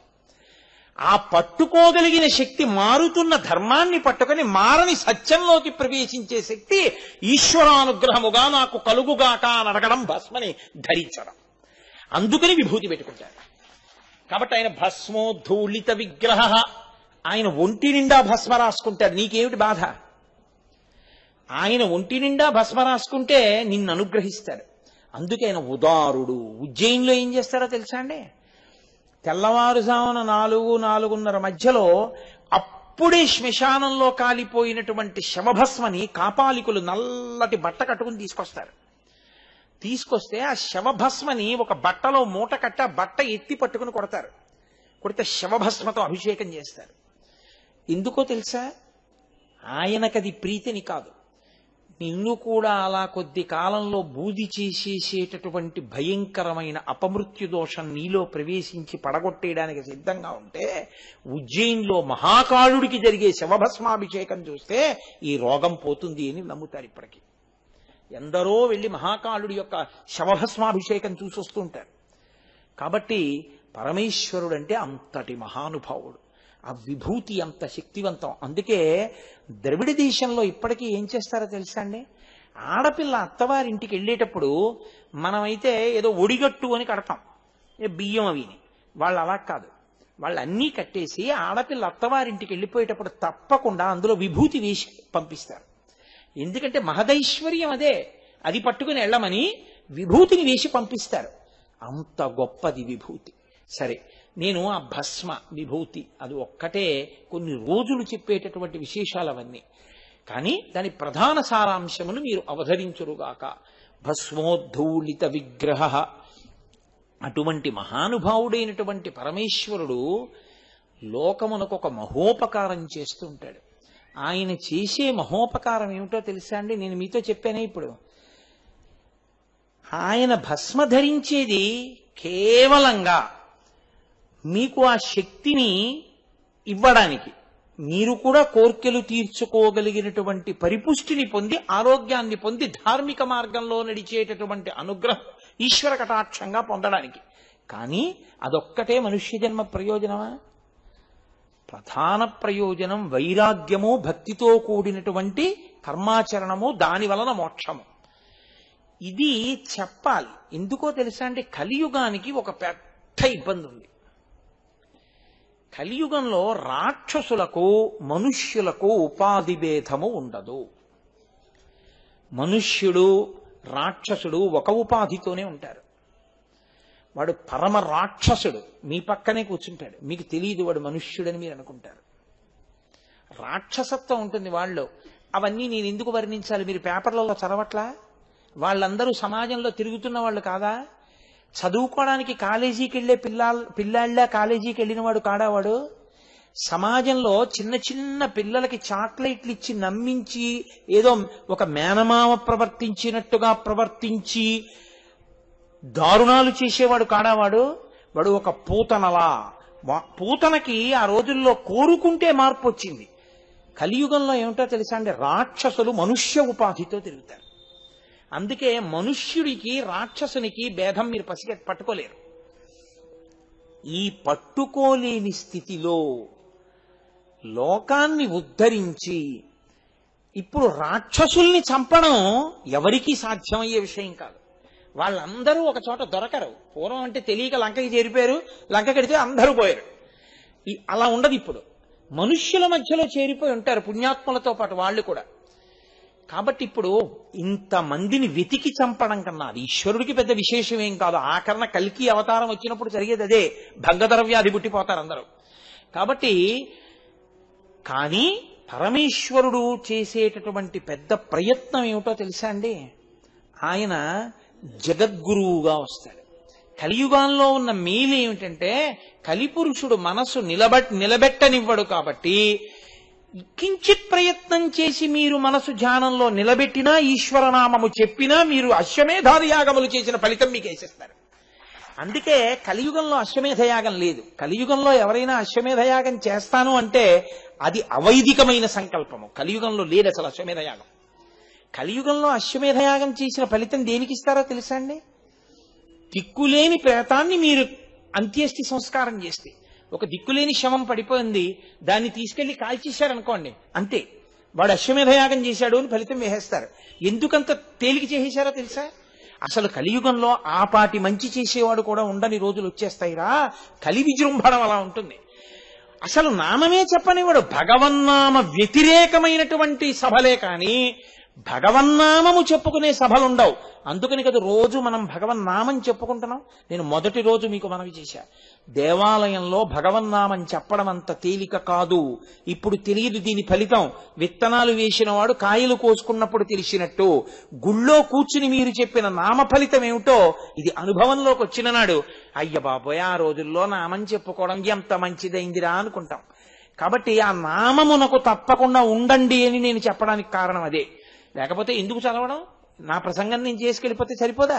కాదు, అందరూ ఉద్ధరణ పొందడానికి అది అవకాశం. కలియుగంలో ఈశ్వరుడు జగద్గురువు రూపంలో తిరుగుతాడు. అందుకే శంభోర్మూర్తిశ్చరతి భువనే శంకరాచార్య రూప.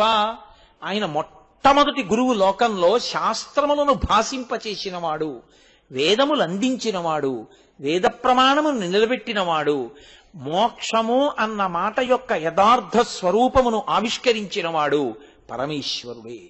అందుకే ఆయన దక్షిణామూర్తిగా కూర్చున్నాడు. దక్షిణామూర్తిగా కూర్చుంటే అందరికీ అర్థం కాదు. ఎందుకని? మౌనవ్యాఖ్యా ప్రకటిత పరబ్రహ్మతత్వం యుమానం వర్షిష్టాంతే వసదృశగణైరవృతం బ్రహ్మనిష్టై ఆచార్యేంద్రం కరకలిత చిన్ముద్రమానంద రూపం స్వాత్మారామం ముదితవదనం దక్షిణామూర్తి మీడే. ఆయన నోటితో ఏం చెప్పలా, ఇలా అన్నారు, అర్థమైంది సనకసనందనాథులకి. కానీ కలియుగంలో అలా కుదరదు. మౌనంగా చెప్తేనే అర్థం కాని రోజులు, ఇంకా మౌనంగా చెప్తే ఏమి అర్థం అవుతుంది? పైగా గురువుగారు ఎక్కడో పూర్వం అంటే చిత్రం మటతరోర్మూలే వృద్ధా శిష్యా గురుర్యువా గురోస్తు మౌనం వ్యాఖ్యానం శిష్యాస్తు చిన్నతంతయా. ఆయన వటవృక్షం కింద కూర్చుంటే శిష్యులు వెళ్ళారు. ఇప్పుడు కలియుగంలో గురువుగారి దగ్గరికి వెళ్ళాడు, గురువుగారే తిరగాలి. కాబట్టి శంభోర్మూర్తి స్థిరతి భువనే శంకరాచార్య రూప. ఔదార్యంతో ఆయన మెట్టు కిందకొచ్చి ఆయనే ఆసేతు హిమాచల పర్యంతము పాదయాత్ర చేశారు. ఆ చేయడం కూడా ఎలాగా? బ్రహ్మచారిగా ఉన్నారనుకోండి, గురువుగారి మాట కట్టుబడాలి, వెళ్ళి భిక్షాన్నం తీసుకొస్తూ ఉండాలి, పాఠం చదువుకోవాలి తప్ప గురువుగారి అనుమతి లేకుండా ఎక్కడికి వెళ్ళకూడదు. గృహస్థుగా ఉన్నారనుకోండి, భార్యా బిడ్డల్ని పోషించుకుంటూ ఉండాలి, ఒక చోట ఉంటుండాలి, దానం పట్టుకుంటూ ఉండాలి, దాచుకుంటూ ఉండాలి, జాగ్రత్తగా మసులుకుంటూ ఉండాలి, వచ్చిన వాళ్ళకి అన్నం పెడుతూ ఉండాలి. వానప్రస్తుగా ఉన్నారనుకోండి, అన్ని విడిచిపెట్టి అరణ్యంలోకి వెళ్ళి తపస్సు చేయాలి. సన్యాసిగా ఉన్నారనుకోండి, ఉన్న చోట ఉండకుండా దేశమంతా తిరుగుతూ ఉండాలి. అలా తిరగడానికి అవకాశం ఉండి జ్ఞానబోధ చెయ్యడానికి అన్ని విధాలా అనుకూలం అవుతుందని బ్రహ్మచర్యం నుంచే సన్యాసాశ్రమంలోకి వెళ్ళి 32 సంవత్సరముల వయస్సు లోపల ఆసేతు హిమాచల పర్యంతము పర్యటించి వేదము యొక్క ప్రమాణాన్ని నిలబెట్టి భక్తులకి కావలసినటువంటి భాష్యముల దగ్గర నుంచి, ప్రకరణాల దగ్గర నుంచి, స్తోత్రాల దగ్గర నుంచి అన్నిటినీ ఇచ్చి ఎన్నో దేవాలయాలకి కుంభాభిషేకాలు చేసి యంత్ర ప్రతిష్టలు చేసి భారతదేశమునకు 4 చెరగుల 4 పీఠములను కాపు పెట్టి ఈ దేశములోకి అవైదికమైనటువంటి మతములు మళ్లీ ప్రవేశించకూడదని తూర్పున జగన్నాథులో గోవర్ధన పీఠము, పడమర ద్వారకలో కాళికాపీఠము, ఉత్తరమున బదరికాశ్రమములో జ్యోతిపీఠము, దక్షిణమున శృంగగిరిలో శారదాపీఠము పెట్టి తాను కాంచీపీఠమునందున్న మహాపురుషుడు శంకర భగవత్పాదులు. కాబట్టి సదాశివసమారంభాం శంకరాచార్య మధ్యమాం అస్మదాచార్య పర్యంతాం వందే గురు పరంపరాం. ఆయన ప్రపంచమంతా తిరగలేదు. ఆయన ఇక్కడ కూర్చుని ఏం చెప్పారో దాన్ని ప్రపంచమంతా అందుకుని ఒరే ఆయన రా సత్యం చెప్పినవాడు మహానుభావుడు, శంకరులు ఏ అద్వైతం చెప్పారో అదే సత్యం అని ప్రపంచమంతా 2 చేతులెత్తి శంకరుని వంటి మహాపురుషుడు లేడు అని నమస్కారం చేస్తోంది తప్ప ఆయన వెళ్ళలేదు అన్ని దేశాలు. ఆయన ఇక్కడే ఉన్నారంతే. ఏది కర్మ చెయ్యడానికి యోగ్యమైన ప్రదేశమో అక్కడే ఉండిపోయారు శంకర భగవత్పాదులు. అలా ఆ జగద్గురువు అంటే తన కదలిక చేత, తన మాట చేత లోకమునంతటినీ కూడా దిద్దగలిగినటువంటి శక్తి కలిగిన మహాపురుషుడిగా పరమేశ్వరుడే మళ్లీ మళ్లీ మళ్లీ మళ్లీ ఆవిర్భవిస్తూ ఉంటాడు జగద్గురువుగా కూర్చోవడానికి వీలుగా. అందుకే మీకు ఆశ్చర్యం ఏమిటో తెలుసా అండి? ఒక్కొక్క మహాపురుషుడి జీవితం చదివితే మీరు ఆశ్చర్యపోతారు. కాశీపట్టణానికి కాలినడకన చిన్నతనంలో 2 మాటలు పాదయాత్ర చేసి వచ్చారు ఉగ్ర నరసింహభారతీ స్వామి వారు. శృంగగిరి పీఠాధిపత్యం వహించారు. ఆయన తపస్సు చేసి అష్టసిద్ధులు వచ్చేసాయి ఆయనకి. ఆయన ఒక స్థితిలో ఆయనకి చెవుడు వచ్చింది.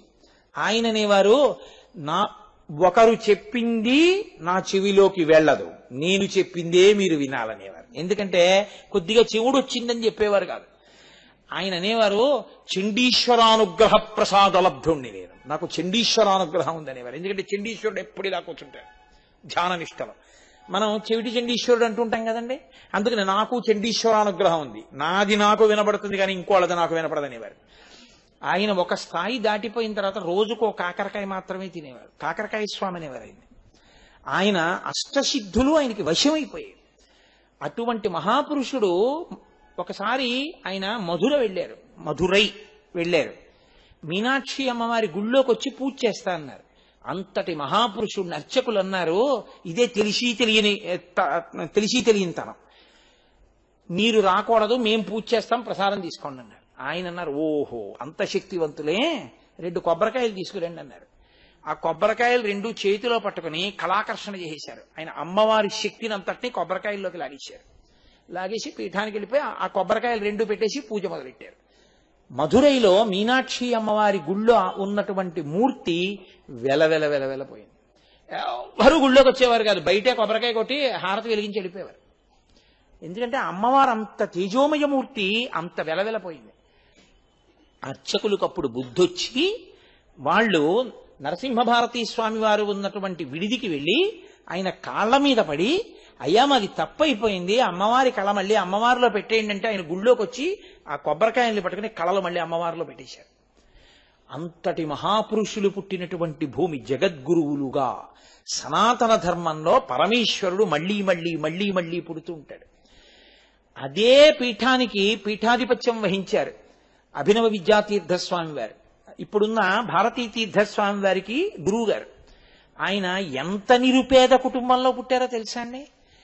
అన్నం తినడానికి లేకపోతే వాళ్ళ అమ్మగారిని ఆయన ఒకసారి అడిగారు, నాకు ఉపనయనం చేస్తే అమ్మ భిక్షాటన చేయడానికి అధికారం వస్తుంది, యజ్ఞోపవీతం లేకుండా భిక్షకి వెళ్ళకూడదు, నువ్వు నాకు ఎలాగోలా ఒడుగు చేసేస్తే నేను 4 ఇళ్ల ముందుకెళ్ళి భిక్ష పట్టుకొస్తాను, అది తిందామమ్మా అని అడిగారు ఆయన. అంత నిరుపేద వ్యక్తి, కానీ పుట్టుకతో, అది నేనన్నది, ఈశ్వరుడు పుడుతూ ఉంటాడు జగద్గురువుగా. వాళ్ళ ఊళ్ళో ఒక నమ్మకం, ఆ ఊరి చివర ఓ చెరువు ఉండేది, ఆ చెరువు దగ్గర దయ్యాలున్నాయి, ఎవరు చీకటి పడితే వెళ్ళేవారు కాదు. ఆయన అన్నారు, ఈశ్వరుడే ఉన్నాడు, దయ్యాలు ఏం లేవు, ఈశ్వరుడు ఉండగా దయ్యాలు రావు, ఎందుకు భయపడతారన్నారు. ఏమిటి ఇన్ని కబుర్లు చెప్తున్నావు, అర్ధరాత్రి నువ్వు వెళ్ళి చెరువులో కాళ్ళు చేతులు మొహం గడుక్కొస్తావా అన్నారు. ఈశ్వరుడు నా వెంట ఉండగా నాకు భయం ఏమిటని అర్ధరాత్రి చిన్న వయస్సులో ఒక్కరే చెరువుకెళ్ళి కాళ్ళు చేతులు మొహం గడుక్కొచ్చారు అభినవ విద్యాతీర్థస్వామి వారు. ఆయన్ని శృంగేరి తీసుకెళ్లి సదాశివ నరసింహభారతీ స్వామి వారు దగ్గర పెట్టుకుని ఆయనకి విద్యాబోధ చేయిస్తూ, గురుకులంలో ఉన్న పిల్లలందరికీ అన్నం సరిగ్గా వండుతున్నారా లేదా అని అడిగారు. అడిగితే అందరూ బాగున్నాయి అనేవారు. ఈయనేం అనలేదు. నువ్వేం చెప్పవే అన్నారు.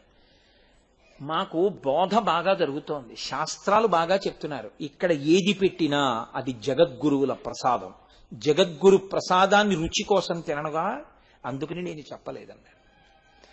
అంతటి మహానుభావుడైన కారణజన్ముడై ఆయన శృంగగిరి పీఠాధిపత్యం వహించారు. శివుడు పుడుతూ ఉంటాడు, ఎక్కడ పుట్టాడు ఎలా వస్తాడు మీకు తెలియదు, కానీ పీఠాధిపత్యం మళ్ళీ ఆ స్థానంలో కూర్చోవాలి, ఎక్కడో ఆయన పుడతాడు మళ్ళీ. ఒకప్పుడు చంద్రశేఖర భారతీ స్వామి వారిగా పుట్టాడు. చంద్రశేఖర భారతీ స్వామి వారి తండ్రి పేరు గోపాలస్వామి వారు, తల్లి గారి పేరు లక్ష్మి గారు. 14 మంది సంతానం, ఒక్క పిల్లాడు బతకలేదు. ఆఖరణ 14వ మాట ఆవిడ కడుపుతో ఉన్నప్పుడు సదాశివ నరసింహభారతీ స్వామి వారి దగ్గరికి వెళ్ళి ఆవిడ అడిగారు, సచ్చిదానంద శివాభినవ నరసింహభారతీ స్వామి వారు ఆయన్ని వెళ్ళి అడిగారు, అయ్యా నా కడుపున పిల్లాడు బతకట్లేదు, ఏం చేయమంటారని. గోకర్ణం వెళ్ళి దర్శనం చేయమన్నారు. గోకర్ణం వెళ్ళి మహాబలేశ్వర దర్శనం చేశారు. ఆయన దర్శనం చేసుకుని ఇంటికి వచ్చి కొడుకు పుట్టాడు. మా దగ్గర పెంచితే పిల్లలు బతకట్లేదని శృంగగిరి పీఠానికి సంబంధించిన మేనేజర్ గారి ఇంట్లో ఆ పిల్లాన్ని పెంచారు. 14 మంది పిల్లలలో బతికిన ఏకైక కుమారుడు. శృంగగిరి పీఠాధిపత్యంలో ఉన్నటువంటి సచ్చిదానంద శివాభినవ నరసింహ భారతీ స్వామి అంటే సామాన్యులు కారు. కాలటీలో శంకరులు పుట్టిన ప్రదేశాన్ని ఆయన గుర్తించారు. అటువంటి మహాపురుషుడు ఆయన శరీరాన్ని విడిచిపెట్టి సిద్ధి పొందుతూ ఆ పిల్లవాడికి సన్యాసం ఇవ్వండి అని చెప్పి సిద్ధి పొందారు. వెళ్ళి తండ్రి గారిని అడిగారు. ఒక్కడే ఒక్క కొడుకు, పరమపేద కుటుంబం, ఆ పిల్లవాడికి సన్యాసం ఇస్తామని అంటే తండ్రి గారు అన్నాడు సరేనన్నారు. తల్లిగారంది లేక లేక లేక లేక పుట్టిన కొడుకు, నేను ఇవ్వనన్నారు. తల్లి అనుమతి ఉంటే గానీ సన్యాసం ఇవ్వకూడదు బ్రహ్మచారికి. అంటే ఆయన అన్నారు, ఏమి నీకు ఇష్టమై ఇచ్చావా 13 మందిని యమధర్మరాజు గారికి? ఇష్టపడి నన్ను గురువు గారికి ఇవ్వడానికి బెంగ పెట్టుకుంటున్నావే? గురువు గారి కోరికకి వ్యతిరేకంగా నేను గృహస్థాశ్రమంలో బ్రతికే కన్నా నువ్వు అంగీకరించకపోతే నేను సన్యాసిని ఈ దేశంలో ఎక్కడో తిరుగుతాను. నువ్వు అంగీకరించావా నీ కళ్ళ ముందు శృంగగిరికి పీఠాధిపత్యం వహిస్తాను, నీ ఇష్టం అన్నారు. అమ్మగారు ఒప్పుకున్నారు. ఆయన శృంగగిరి పీఠాధిపత్యం వహించారండి. మహాపురుషుడు చంద్రశేఖర భారతి అంటే అయ్య బాబోయ్, ఆయన సాక్షాత్ శివుడు, ఎవరు కాదు. ఆయన ఇలా కూర్చుంటే చంద్రమౌళీశ్వరారాధన చేసి తీర్థం ఇస్తూ ఉంటే ఒక ఆవిడ ఏడుస్తూ వచ్చింది. ఆ లైన్లో నిలబెట్టే వాళ్ళు అన్నారు, ఎందుకమ్మా ఏడుస్తున్నావు అన్నారు. అంటే అయ్యా నా కూతురు మెడలో వేసిన గొలుసు ఎవరో ఎత్తుకుపోయారు అంది. సరే ఏడవక పోన్లే, తీర్థం తీసుకుని వెళ్ళిపో అన్నారు. ఆవిడ క్యూలో దగ్గరికి వచ్చింది.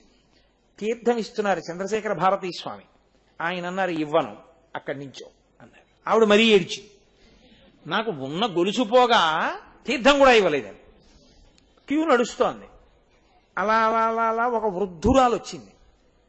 చంద్రశేఖర భారతి ఇలా ఉద్ధరిని పట్టుకుని ఆ చెయ్యి వంక చూసి ఆయన అన్నారు ఇచ్చేసేయి అన్నారు. ఏమిటి ఇచ్చేసేయనంది ఆవిడ. ఏది తీశావో అది ఇచ్చేసేయి. నేనేం తీలేదండి, చేసుకున్న పాపాలు చాలు, ఇంకా మూట కట్టుకోకు అన్నారు. వెంటనే గమనించి కార్యకర్తలు పక్కకి తీసుకెళ్లి అడిగారు, నేనే దొంగిలించానా పిల్ల మెళ్ళో గొలుసుని ఇచ్చేసింది. ఆ గొలుసు తీసుకుని అప్పుడు పిలిచి ఆ పిల్లకి గొలుసు తీర్థం కూడా ఇచ్చన్నారు. ఇంకెప్పుడూ ధర్మాతిక్రమణం చేయకు, చెప్పిన మాట వింటావు కదూ అన్నారు. బుద్ధొచ్చింది, వింటానంది. వెళ్ళిరా అన్నారు. అర్థం కాలేదు కార్యకర్తలకి. ఆవిడ కొంచెం దూరం వెళ్ళాక ఏమిటి చెప్పిన మాట వింటావు కదూ, ఇంకెప్పుడు చెప్పిన మాట కాదని రాకు అన్నారేమిటి అని అడిగారు. మా ఆయన నాకు భోజనం పెట్టి వెళ్ళిపోవే అన్నారు. మీ భోజనం రోజు పెడుతున్నాను మీరు తినండి అని వద్దంటున్నా వినకుండా ఇక్కడికి వచ్చాను. గొలుసుపోయి నీ బాధలు పడ్డాను. భర్త మాట అతిక్రమించి తీర్థం తీసుకోవడం అది కాదు, భర్త మాట ఔదుల దాల్చడం నేర్చుకో, కాదని రాకు అని నాకు పాఠం చెప్పారండి ఆవిడ. ఇవన్నీ ఆయన వెళ్ళి కనుక్కొచ్చారా? ఇవాల్టి రోజుల్లో ఆ మంత్రాలు ఏమిటండి అంటాం. నువ్వు చేస్తే తెలుస్తుంది ఆ శక్తి ఏమిటో. ఒక ఆయన కోర్టులో పనిచేసేవాడు చంద్రశేఖర భారతీ స్వామి వారి రోజుల్లో. ఆయన వాచాలత్వం పాపం చాలా బాగా పనిచేస్తాడు. కానీ ఆఫీసర్ గారి దగ్గరికి వెళ్ళి ఆ ఫైల్ పెట్టి ఏదో పనికిమాలిన మాట అంటుండేవాడు. ఆయన కక్ష పెట్టుకుని సస్పెండ్ చేసి పారేశాడు. ఆయన ఇంటికి వచ్చి అన్నాడు, నా నాలుక మీద శనీశ్వరుడు ఉన్నాడే, నాకు ఇంతేను, నేను ఎంత పని చేసినా నాకు రేణింపుకు రాదన్నాడు. ఆవిడంది ఇక్కడే దగ్గరలో చంద్రశేఖర భారతీ స్వామి వారు విడిది చేసి ఉన్నారు, మీరు వెళ్ళి ఒకసారి కలవకూడదా అంది. అంటే ఆయన వెళ్ళి అడిగాడు చంద్రశేఖర భారతీ స్వామి వారిని, నా నాలుక మీద శనీశ్వరుడు ఉన్నాడు, ఎలా నాకేదీ కలిసి రావట్లేదని. ఆయన అన్నారు, నేను మంత్రం చెప్తాను చేస్తావా అన్నారు. చేస్తానన్నారు. 15 రోజులు ఎలాగో సస్పెండ్ చేసేశారుగా, ఆఫీసు లేదుగా, ఇంట్లో కూర్చుని చెయ్యి అని మంత్రం ఇచ్చారు. అతను 15 రోజులు మంత్రం చేశాడు. 15వ రోజున ఏమైందో తెలుసా అండి? ఇతను ఏ మున్సిపల్ కోర్టులో పనిచేస్తాడో ఆ కోర్టుని ఇన్స్పెక్ట్ చేయడానికి డిస్ట్రిక్ట్ జడ్జి వచ్చారు. వచ్చి ఆయన ఇతను వ్రాసిన ఫైల్స్ చూసి ఇంత బాగా రాశాడు, ఎవరితను పిలవండి అన్నాడు. వాడిని మీరే సస్పెండ్ చేశారండి, ఈ మధ్య మేము కంప్లైంట్ రాస్తే వాడికి వాచాలత్వం ఎక్కువ, ఏదో ఒకటి మాట్లాడతాడన్నారు. మాట్లాడితే ఏమయ్యా ఎంత అద్భుతంగా రాశాడు ఈ ఫైల్స్, వాడికి ఇప్పుడే ప్రమోషన్ ఇచ్చేస్తున్నాను, వాడిని నా కోర్టుకి వేసేసుకుంటున్నానని ప్రమోషను ట్రాన్స్ఫర్ ఇచ్చాడు. 15వ రోజు మంత్రజపం పూర్తయింది, అతనికి ప్రమోషన్ ఆర్డర్ ట్రాన్స్ఫర్ ఆర్డర్ కూడా వచ్చి ఇతని పట్టుకుని చంద్రశేఖర భారతీ స్వామి వారి దగ్గరికి వెళ్ళాడు. స్వామి మంత్రం ఫలించింది, నాకు డిస్ట్రిక్ట్ కోర్టుకి వేశారు, ఇక నేను మానేయచ్చా అన్నాడు. నీ నాలుక మీద శనీశ్వరుడు పోయాడా అన్నారు. అనుమానమైన సుమండి అన్నాడు. అయితే జపం చేస్తూ ఉండన్నాడు. అతని జీవితంలో ఎంత వృద్ధిలోకి వచ్చాయి. మహానుభావులు మన దేశంలో మంత్ర ప్రభావం అంటే ఏమిటో, ఈశ్వరుణ్ణి ఆరాధించిన వాళ్ళ శక్తి ఏమిటో చూపించారు వాళ్ళు. ఆయన పూజ చేస్తూ చేస్తూ సమాధిలోకి వెళ్ళిపోయేవారు. అటువంటి మహాపురుషుడు ఇలా నడిచి వెళ్ళిపోతూ ఎవరినో చూసి, ఏమి సుబ్రహ్మణ్యమా అన్నారు. రోజున అందరు అనుకున్నారు అతని పేరు అనుకున్నారు. అతనన్నాడు అవును అన్నాడు. బాగా చెయ్యి అని వెళ్ళిపోయారు. అతన్ని వెళ్ళి అడిగారు, మీ పేరు సుబ్రహ్మణ్యమా అని. కాదు, నేను సుబ్రహ్మణ్యారాధకుణ్ణి. ఆయన అందుకని సుబ్రహ్మణ్యమా అని అడిగారన్నారు. ఆయనకి తెలియనిదేం లేదు. ఆయన ఎక్కడ ఏం జరుగుతోందో తెలుసుకున్నారు. తన దగ్గరికి వస్తే, ఈ పేరు కదూ, ఈ ఊరు నుంచి వచ్చావు, ఇది చేస్తూ ఉంటావు, నీ మనఃప్రవృత్తిది అని చెప్పేవారు. తన దగ్గరికి వచ్చి ఒకడు చంద్రశేఖర భారతీ స్వామి వారి దగ్గరికి వచ్చి, అయ్యా నాకు మీరు ఏదైనా ఉపదేశం చెయ్యాలన్నాడు. ఆయన ఎర్రగా చూసి అన్నారు, నీ కర్తవ్యం నువ్వు చేస్తున్నావా, నీ ధర్మం నువ్వు చేస్తున్నావా, నిజం చెప్పు అన్నాడు. అంటే అతను కళ్ళమ్మని నీళ్లు పెట్టుకుని, నేను చెయ్యవలసింది చేస్తున్నానండి, వాళ్లే నాకు కలిసి రావట్లేదు. వెంటనే చంద్రశేఖర భారతి అన్నారు, అది అధర్మం. వాళ్ళు కలిసి రాకపోతే వాళ్ళు ధర్మం తప్పినట్టు, కానీ వాళ్ళ ధర్మం దిద్దడం నీ ధర్మం కాదు. నీ ధర్మం వాళ్ళని చూడడం, వాళ్ళని సరిగ్గా చూసి నువ్వు రా, అప్పుడు ఇస్తాను, వెళ్ళు అన్నారు. ఎవ్వరికీ అర్థం కాలేదు ఆ సంభాషణ. అతను వచ్చాక అడిగారు, ఏమైందండి, ఏమిటి చెప్పారని. నేను మా అమ్మగారిని నాన్నగారిని నన్ను వాళ్ళు ప్రేమగా చూడటం లేదని నేను వాళ్ళని చూడటం లేదండి, అది స్వామి ఎలా తెలిసిందో నన్ను నిలదీశారు. నీ తండ్రి గారు నిన్ను ప్రేమగా చూశాడా లేదా నీకు అనవసరం, ఎందుకు చూడ తండ్రి, చూడడం ఆయన ధర్మం. ఒకవేళ ఆయన ఆ ధర్మం చేయకపోతే ఆయనది తప్పు, నీ ధర్మం నువ్వు ఎందుకు మాంతావు, నువ్వు ప్రేమగా చూడు, నీ ధర్మం నీది, నీ ధర్మంలో నువ్వు నిలబడు, ఆ తర్వాత నువ్వు నా దగ్గరికి రా, మంత్రం ఇస్తాను. అది చంద్రశేఖర భారతి అంటే. ఎంత వైరాగ్యం అంటే ఆయనకి. ఆయన ఉన్మాదంలో శ్లోకాలు చెప్పినవి ఆయనకి గుర్తుండేవి కావు, ఆయన శిష్యులు రాసుకుని చెప్పేవారు. మళ్ళీ ఆయన కాలభైరవుడు గుడి దగ్గర నిల్చుని ఈ ఒంటిని కొట్టేసుకునేవారు, అంత వైరాగ్యం. ఆయన వైరాగ్యంలో శ్లోకం చెప్తూ ఈ శరీరాన్ని కుక్కలు ఈడ్చుకుని వెడతాయని శ్లోకాలు చెప్తుంటే నిజంగా ఓ శవాన్ని ఈడ్చుకొచ్చింది కుక్క. అంత వైరాగ్య సంపత్తి ఉన్నవారు. ఆయనకి శరీరంలో ఉండలేక గురువుల యొక్క అధిష్టానాలకి ప్రదక్షిణాలు చేసి మహాళయపక్ష అమావాస్య నాడు తన శరీరాన్ని ముద్రతో చిన్ముద్ర పట్టి తుంగానది నీటి మీద కూర్చుని వెళ్ళిపోతూ శరీరం విడిచిపెట్టారు. అంతటి మహాపురుషుడు చంద్రశేఖర భారతి అంటే. అంత పేద కుటుంబంలో పుట్టినట్టుగా ఉంటారు. సదాశివుడు అవతరించాడు. చంద్రశేఖరేంద్ర సరస్వతి కంచి. అసలు మా స్వామి గురించి మొదలు పెడితే ఇవాళ శివరాత్రి. 13 ఏళ్ల పిల్లాడు, సన్యాసం కోరుకోలేదు. పిన్నిగారు అబ్బాయి మహాదేవేంద్ర సరస్వతి సన్యాసం తీసుకున్నాడు. ఒక్కడే కొడుకు పిన్నిగారికి. అయ్యో సన్యాసి అయిపోయాడని చెప్పి ఆవిడ బాధపడుతుంటే చూద్దామని మహాలక్ష్మమ్మ గారు కూడా వచ్చారు, చంద్రశేఖరేంద్ర సరస్వతి స్వామి వారి తల్లి గారు. వాళ్ళతో ఈ పిల్లాడు వచ్చాడు. వచ్చి కుమారకోష్టంలో స్నానం చేశారు. కంచికామకోటి పీఠం జట్కా బండి వచ్చి నువ్వు ముందు ఎక్కువ అని తీసుకుపోతున్నాడు. తీసుకుపోతూ అతను అన్నాడు, మీ అన్నయ్యని చూద్దామని వచ్చారు, సన్యాసం తీసుకున్నాడని. మీ అన్నయ్య వాళ్ళ గురువు గారికి మసూచికం వస్తే సేవ చేసి ఈయనకి మసూచికం వచ్చి ఇద్దరూ చనిపోయారు. ఇద్దరూ శరీరం వదిలిపెట్టేశారు, సిద్ధి పొందారు. కంచికామకోటి పీఠానికి పీఠాధిపతి లేరు. నిన్ను పీఠాధిపతిని చేస్తున్నారు, మీరే పీఠాధిపతి, కాబట్టి ఇంకా మీరు వెనక్కి వెళ్ళరన్నారు. 13 ఏళ్ల పిల్లాడికి తల మీద పిడుగుపడ్డట్టయింది. అతను జట్కా బండిలో పరమాచార్య వ్రాసుకున్నారు.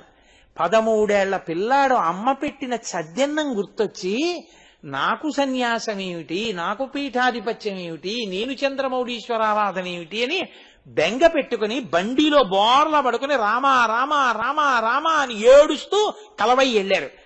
ఇప్పటికీ ఆయన సన్యాసం తీసుకున్న రాయి ఉంది. ఆ రాతి మీద నిలబడి స్నానం చేయించి యజ్ఞోపవీతం తీసేసి శిఖ తీసేసి సన్యాసం ఇచ్చేశారు. ఇద్దరు గురువులకి మహానుభావుడు ఆ శరీరం పడిపోయిన తరువాత జరగవలసిన కార్యాన్ని జరిపించి ఆ కలవైలోనే పాక వేసు కూర్చుని తపస్సు చేశారు. 13వ ఏట సన్యసించిన వారు 87 సంవత్సరములు చాతుర్మాస్యం చేశారు.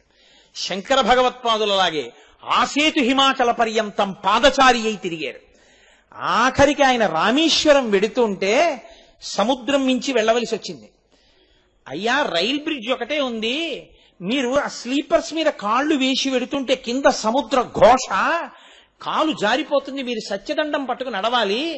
ఆ రోజుల్లో లోకోమోటివ్ ఇంజిన్స్, ఆ నూనె అంతా పడుతుంది, వద్దు రైలు ఎక్కండి అంటే సన్యాసి వాహనం ఎక్కకూడదు, నేను ఎక్కనన్నారు. ఎక్కనని సత్యదండం పట్టుకుని ఆ సముద్ర ఘోషలో బ్రిటిష్ గవర్నమెంట్ ఆ రోజుల్లో రైళ్లు ఆపిందండి. ఆయన స్లీపర్స్ మీద కాళ్ళేస్తూ రామేశ్వరం వెళ్లి అభిషేకం చేసి వచ్చారు. అంతటి మహానుభావుడు, అంతటి ధార్మిక నిష్ట. ఆయన 95వ సంవత్సరం వయస్సులో చెన్నై నుంచి ఆయన నడిచి వెళ్ళవలసి వస్తే, ఇక శరీరం అంత నడవడానికి అనుమతించకపోతే సన్యాసి వాహనం ఎక్కకూడదని ముందు గుర్రబండి వెడుతుంటే, ఆ గుర్రబండిని చేత్తో పట్టుకుని ఆయన నడిచి వెడుతుంటే పెరియవర్లు వస్తున్నారని తమిళ దేశంలో అట్నుంచి వచ్చే బస్సులన్నీ రోడ్డుకి 2 పక్కల స్వచ్ఛందంగా ఆగిపోయేవి. అన్ని వాహనాలు ఆగిపోయి ఆయన జట్కా బండి పట్టుకుని నడిచి వెళ్ళిపోతుంటే అందరూ చెప్పులిప్పేసి రోడ్డుకి 2 పక్కల సాగిల పడిపోయి ప్రణిపాతం చేస్తుండగా ఆయన గుర్రబండి పట్టుకుని నడిచి వెళ్ళారు తప్ప జీవితంలో వాహనం ఎక్కలేదు. ఆయన సన్యాసము, ఆయన ప్రచారం చూసి సనాతన ధర్మానికి చెందకపోయినా సరే బౌద్ధ మతానికి అధిపతి అయిన దలైలామా ఈ శతాబ్దపు నిజమైన సన్యాసి చంద్రశేఖరేంద్ర సరస్వతి అని కితాబునిచ్చారు. అంతటి మహాపురుషుడై చిట్ట చివర కలవైకి ఒక నమస్కారం, కన్న తల్లికి ఒక నమస్కారం చేసి శరీరాన్ని విడిచిపెట్టారు. అంతటి మహాపురుషులు ఒక్కొక్కరు స్థానం ఖాళీ అయిందనేటప్పటికీ మళ్ళీ పరమేశ్వరుడు ఇంకో ఇంట పుడుతూ ఉంటాడు. ఇప్పుడు శృంగగిరికి పీఠాధిపత్యం వహిస్తున్నటువంటి భారతీ తీర్థస్వామి వాళ్ళ తండ్రి గారు సంవత్సరం పాటు పరమేశ్వరుడికి మహన్యాసపూర్వక రుద్రాభిషేకం చేశారు కొడుకు కోసం. ఆ తర్వాత పల్లెటూరు విడిచిపెట్టి మచిలీపట్నం వెళ్ళిపోయి ప్రతి సంవత్సరం శ్రీరామనవమి ఉత్సవాలు చేశారు. ఆయన భార్య గారు అనంత లక్ష్మమ్మ గారని నాకు జ్ఞాపకం. అనంత లక్ష్మమ్మ గారు ఆంజనేయ స్వామికి మొక్కుకున్నారు. ఆయన నాకు కొడుకు పుడితే సీతారామ అని కలుపుతానన్నారు, ఆవిడ ఆంజనేయ అని కూడా కలుపుతానన్నారు. ఆవిడకి గర్భం వచ్చింది. ఆవిడికి ఇక ప్రసవం అవుతుందనగా ఆవిడ పడుకునుంటే ఆంజనేయ స్వామి కలలో 3 పళ్ళు పట్టుకుని వచ్చి ఇస్తున్నట్టుగా కల వచ్చింది. ఆవిడ ఎందరికో చెప్పారు, 3 పళ్లతో ఆంజనేయ స్వామి కనబడ్డారు, అర్థం ఏమిటని. ఆ రోజు ఆవిడికి తెలియలేదు 3 జన్మలు ఒక జన్మలో అనుభవించే కొడుకు పుడుతున్నాడని. పుడుతూ ఒక జన్మ ద్విజుడు, ఉపనయనం చేసినప్పుడు ఒక జన్మ, సన్యాస దీక్ష ఒక జన్మ, 3 జన్మలెత్తే కొడుకు పుట్టాడు. జాగ్రత్త స్వప్న సుషుప్తి దాటి తురియంలో నిలబడే కొడుకు పుట్టాడు. జగద్గురువై శృంగగిరి పీఠాధిపతి అయి సింహాసనం మీద కూర్చునే కొడుకు పుట్టాడు. లోకమునకంతటికి జ్ఞానఫలాన్ని పంచిపెట్టగలిగినటువంటి కొడుకు పుడుతున్నాడు నీ కడుపున. ఇది చెప్పడానికి 3 పళ్ళు పట్టుకుని మహానుభావుడు సాక్షాత్కరించారు. పుట్టిన పిల్లాడికి సీతారామాంజనేయులు అని పేరు పెట్టారు. ఆ పిల్లాడు సంస్కృత భాష ధారాళంగా మాట్లాడేవాడు.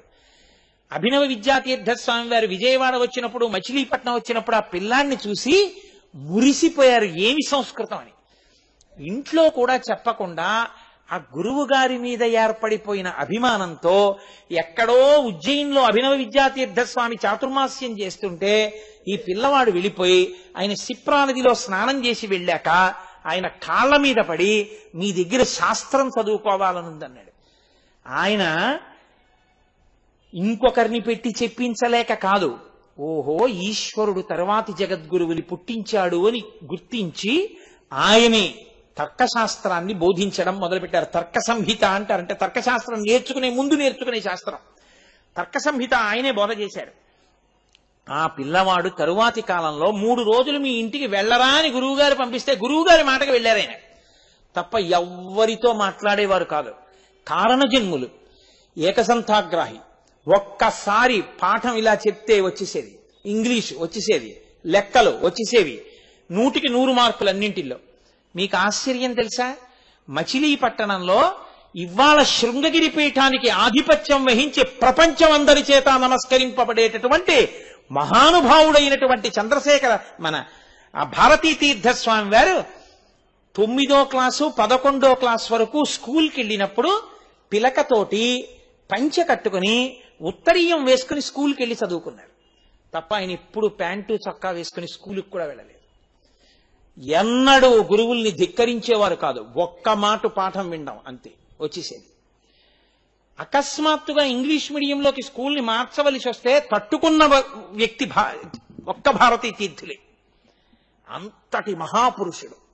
ఇవాళ నడిచి వెడుతున్నటువంటి శారద అటువంటి స్వరూపమై ఈ సంవత్సరమే ఇలా ఉంది. ఆయనకి షష్ఠి పూర్తి కాలటీలో. అటువంటి మహానుభావుడు శృంగగిరి పీఠానికి ఆధిపత్యం వహిస్తున్నారు.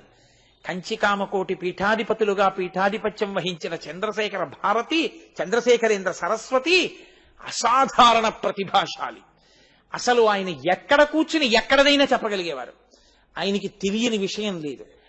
ఆయన సనాతన ధర్మ ప్రచారం చేసినట్టు ఈ మధ్య కాలంలో ప్రచారం చేసిన పీఠాధిపతి లేరు.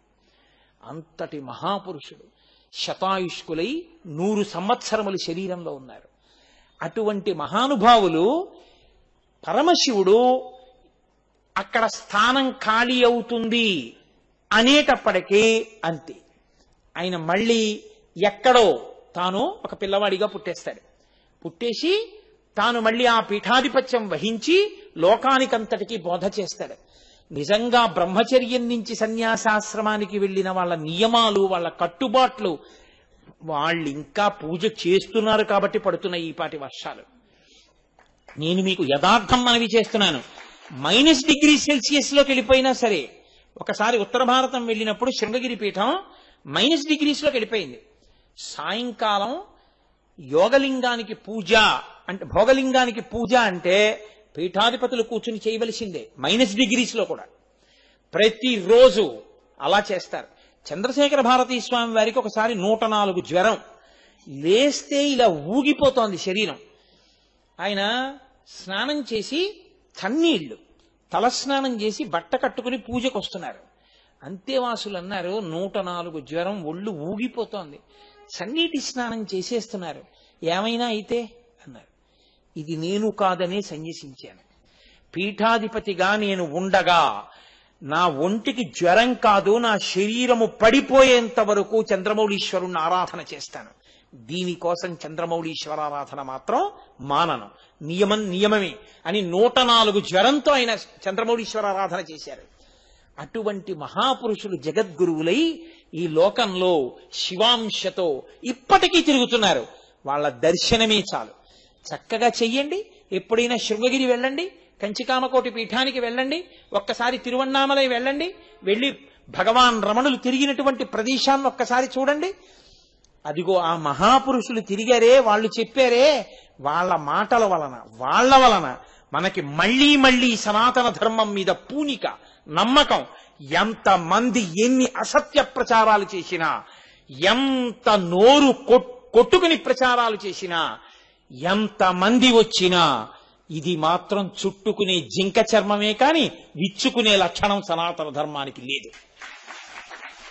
ఎంత గొప్ప శత్రువు. ఒకసారి అలెగ్జాండర్ ద వరల్డ్ కాంక్వరర్ అని పేరు, అంత బిరుదు పెట్టుకుని వచ్చాడు. సెల్యూకస్ నికెటర్ ని పిలిచి చెప్పాడు, ఎవరి దగ్గరైనా నీ ప్రతాపం చూపించకాని భారతదేశంలో గడ్డాలు పెంచుకుని కాషాయం కట్టు కూర్చుంటారు, వాళ్ళని మనకన్నాడు. అసలు చూడాలి ఏమిటో వాళ్ళ శక్తి అనుకున్నాడు సెల్యూకస్ నికెటర్. ఒక యోగి కూర్చుని తపస్సు చేసుకుంటున్నారు, ఆయన దగ్గరికి వెళ్ళాడు. వెళ్ళి, I'm Seleucus Nicator, the chief of armed forces of Alexander the great, the world conqueror, విశ్వ విజేత అలెగ్జాండర్ యొక్క సర్వసైన్యాధిపతి సెల్యూకస్ నికేటర్ నీ ముందు నించున్నాడు అన్నాడు. ఆయన అన్నారు, జింక చర్మం ఇచ్చి కూర్చో. దాన్ని ఇలా విప్పుకుని కూర్చున్నాడు.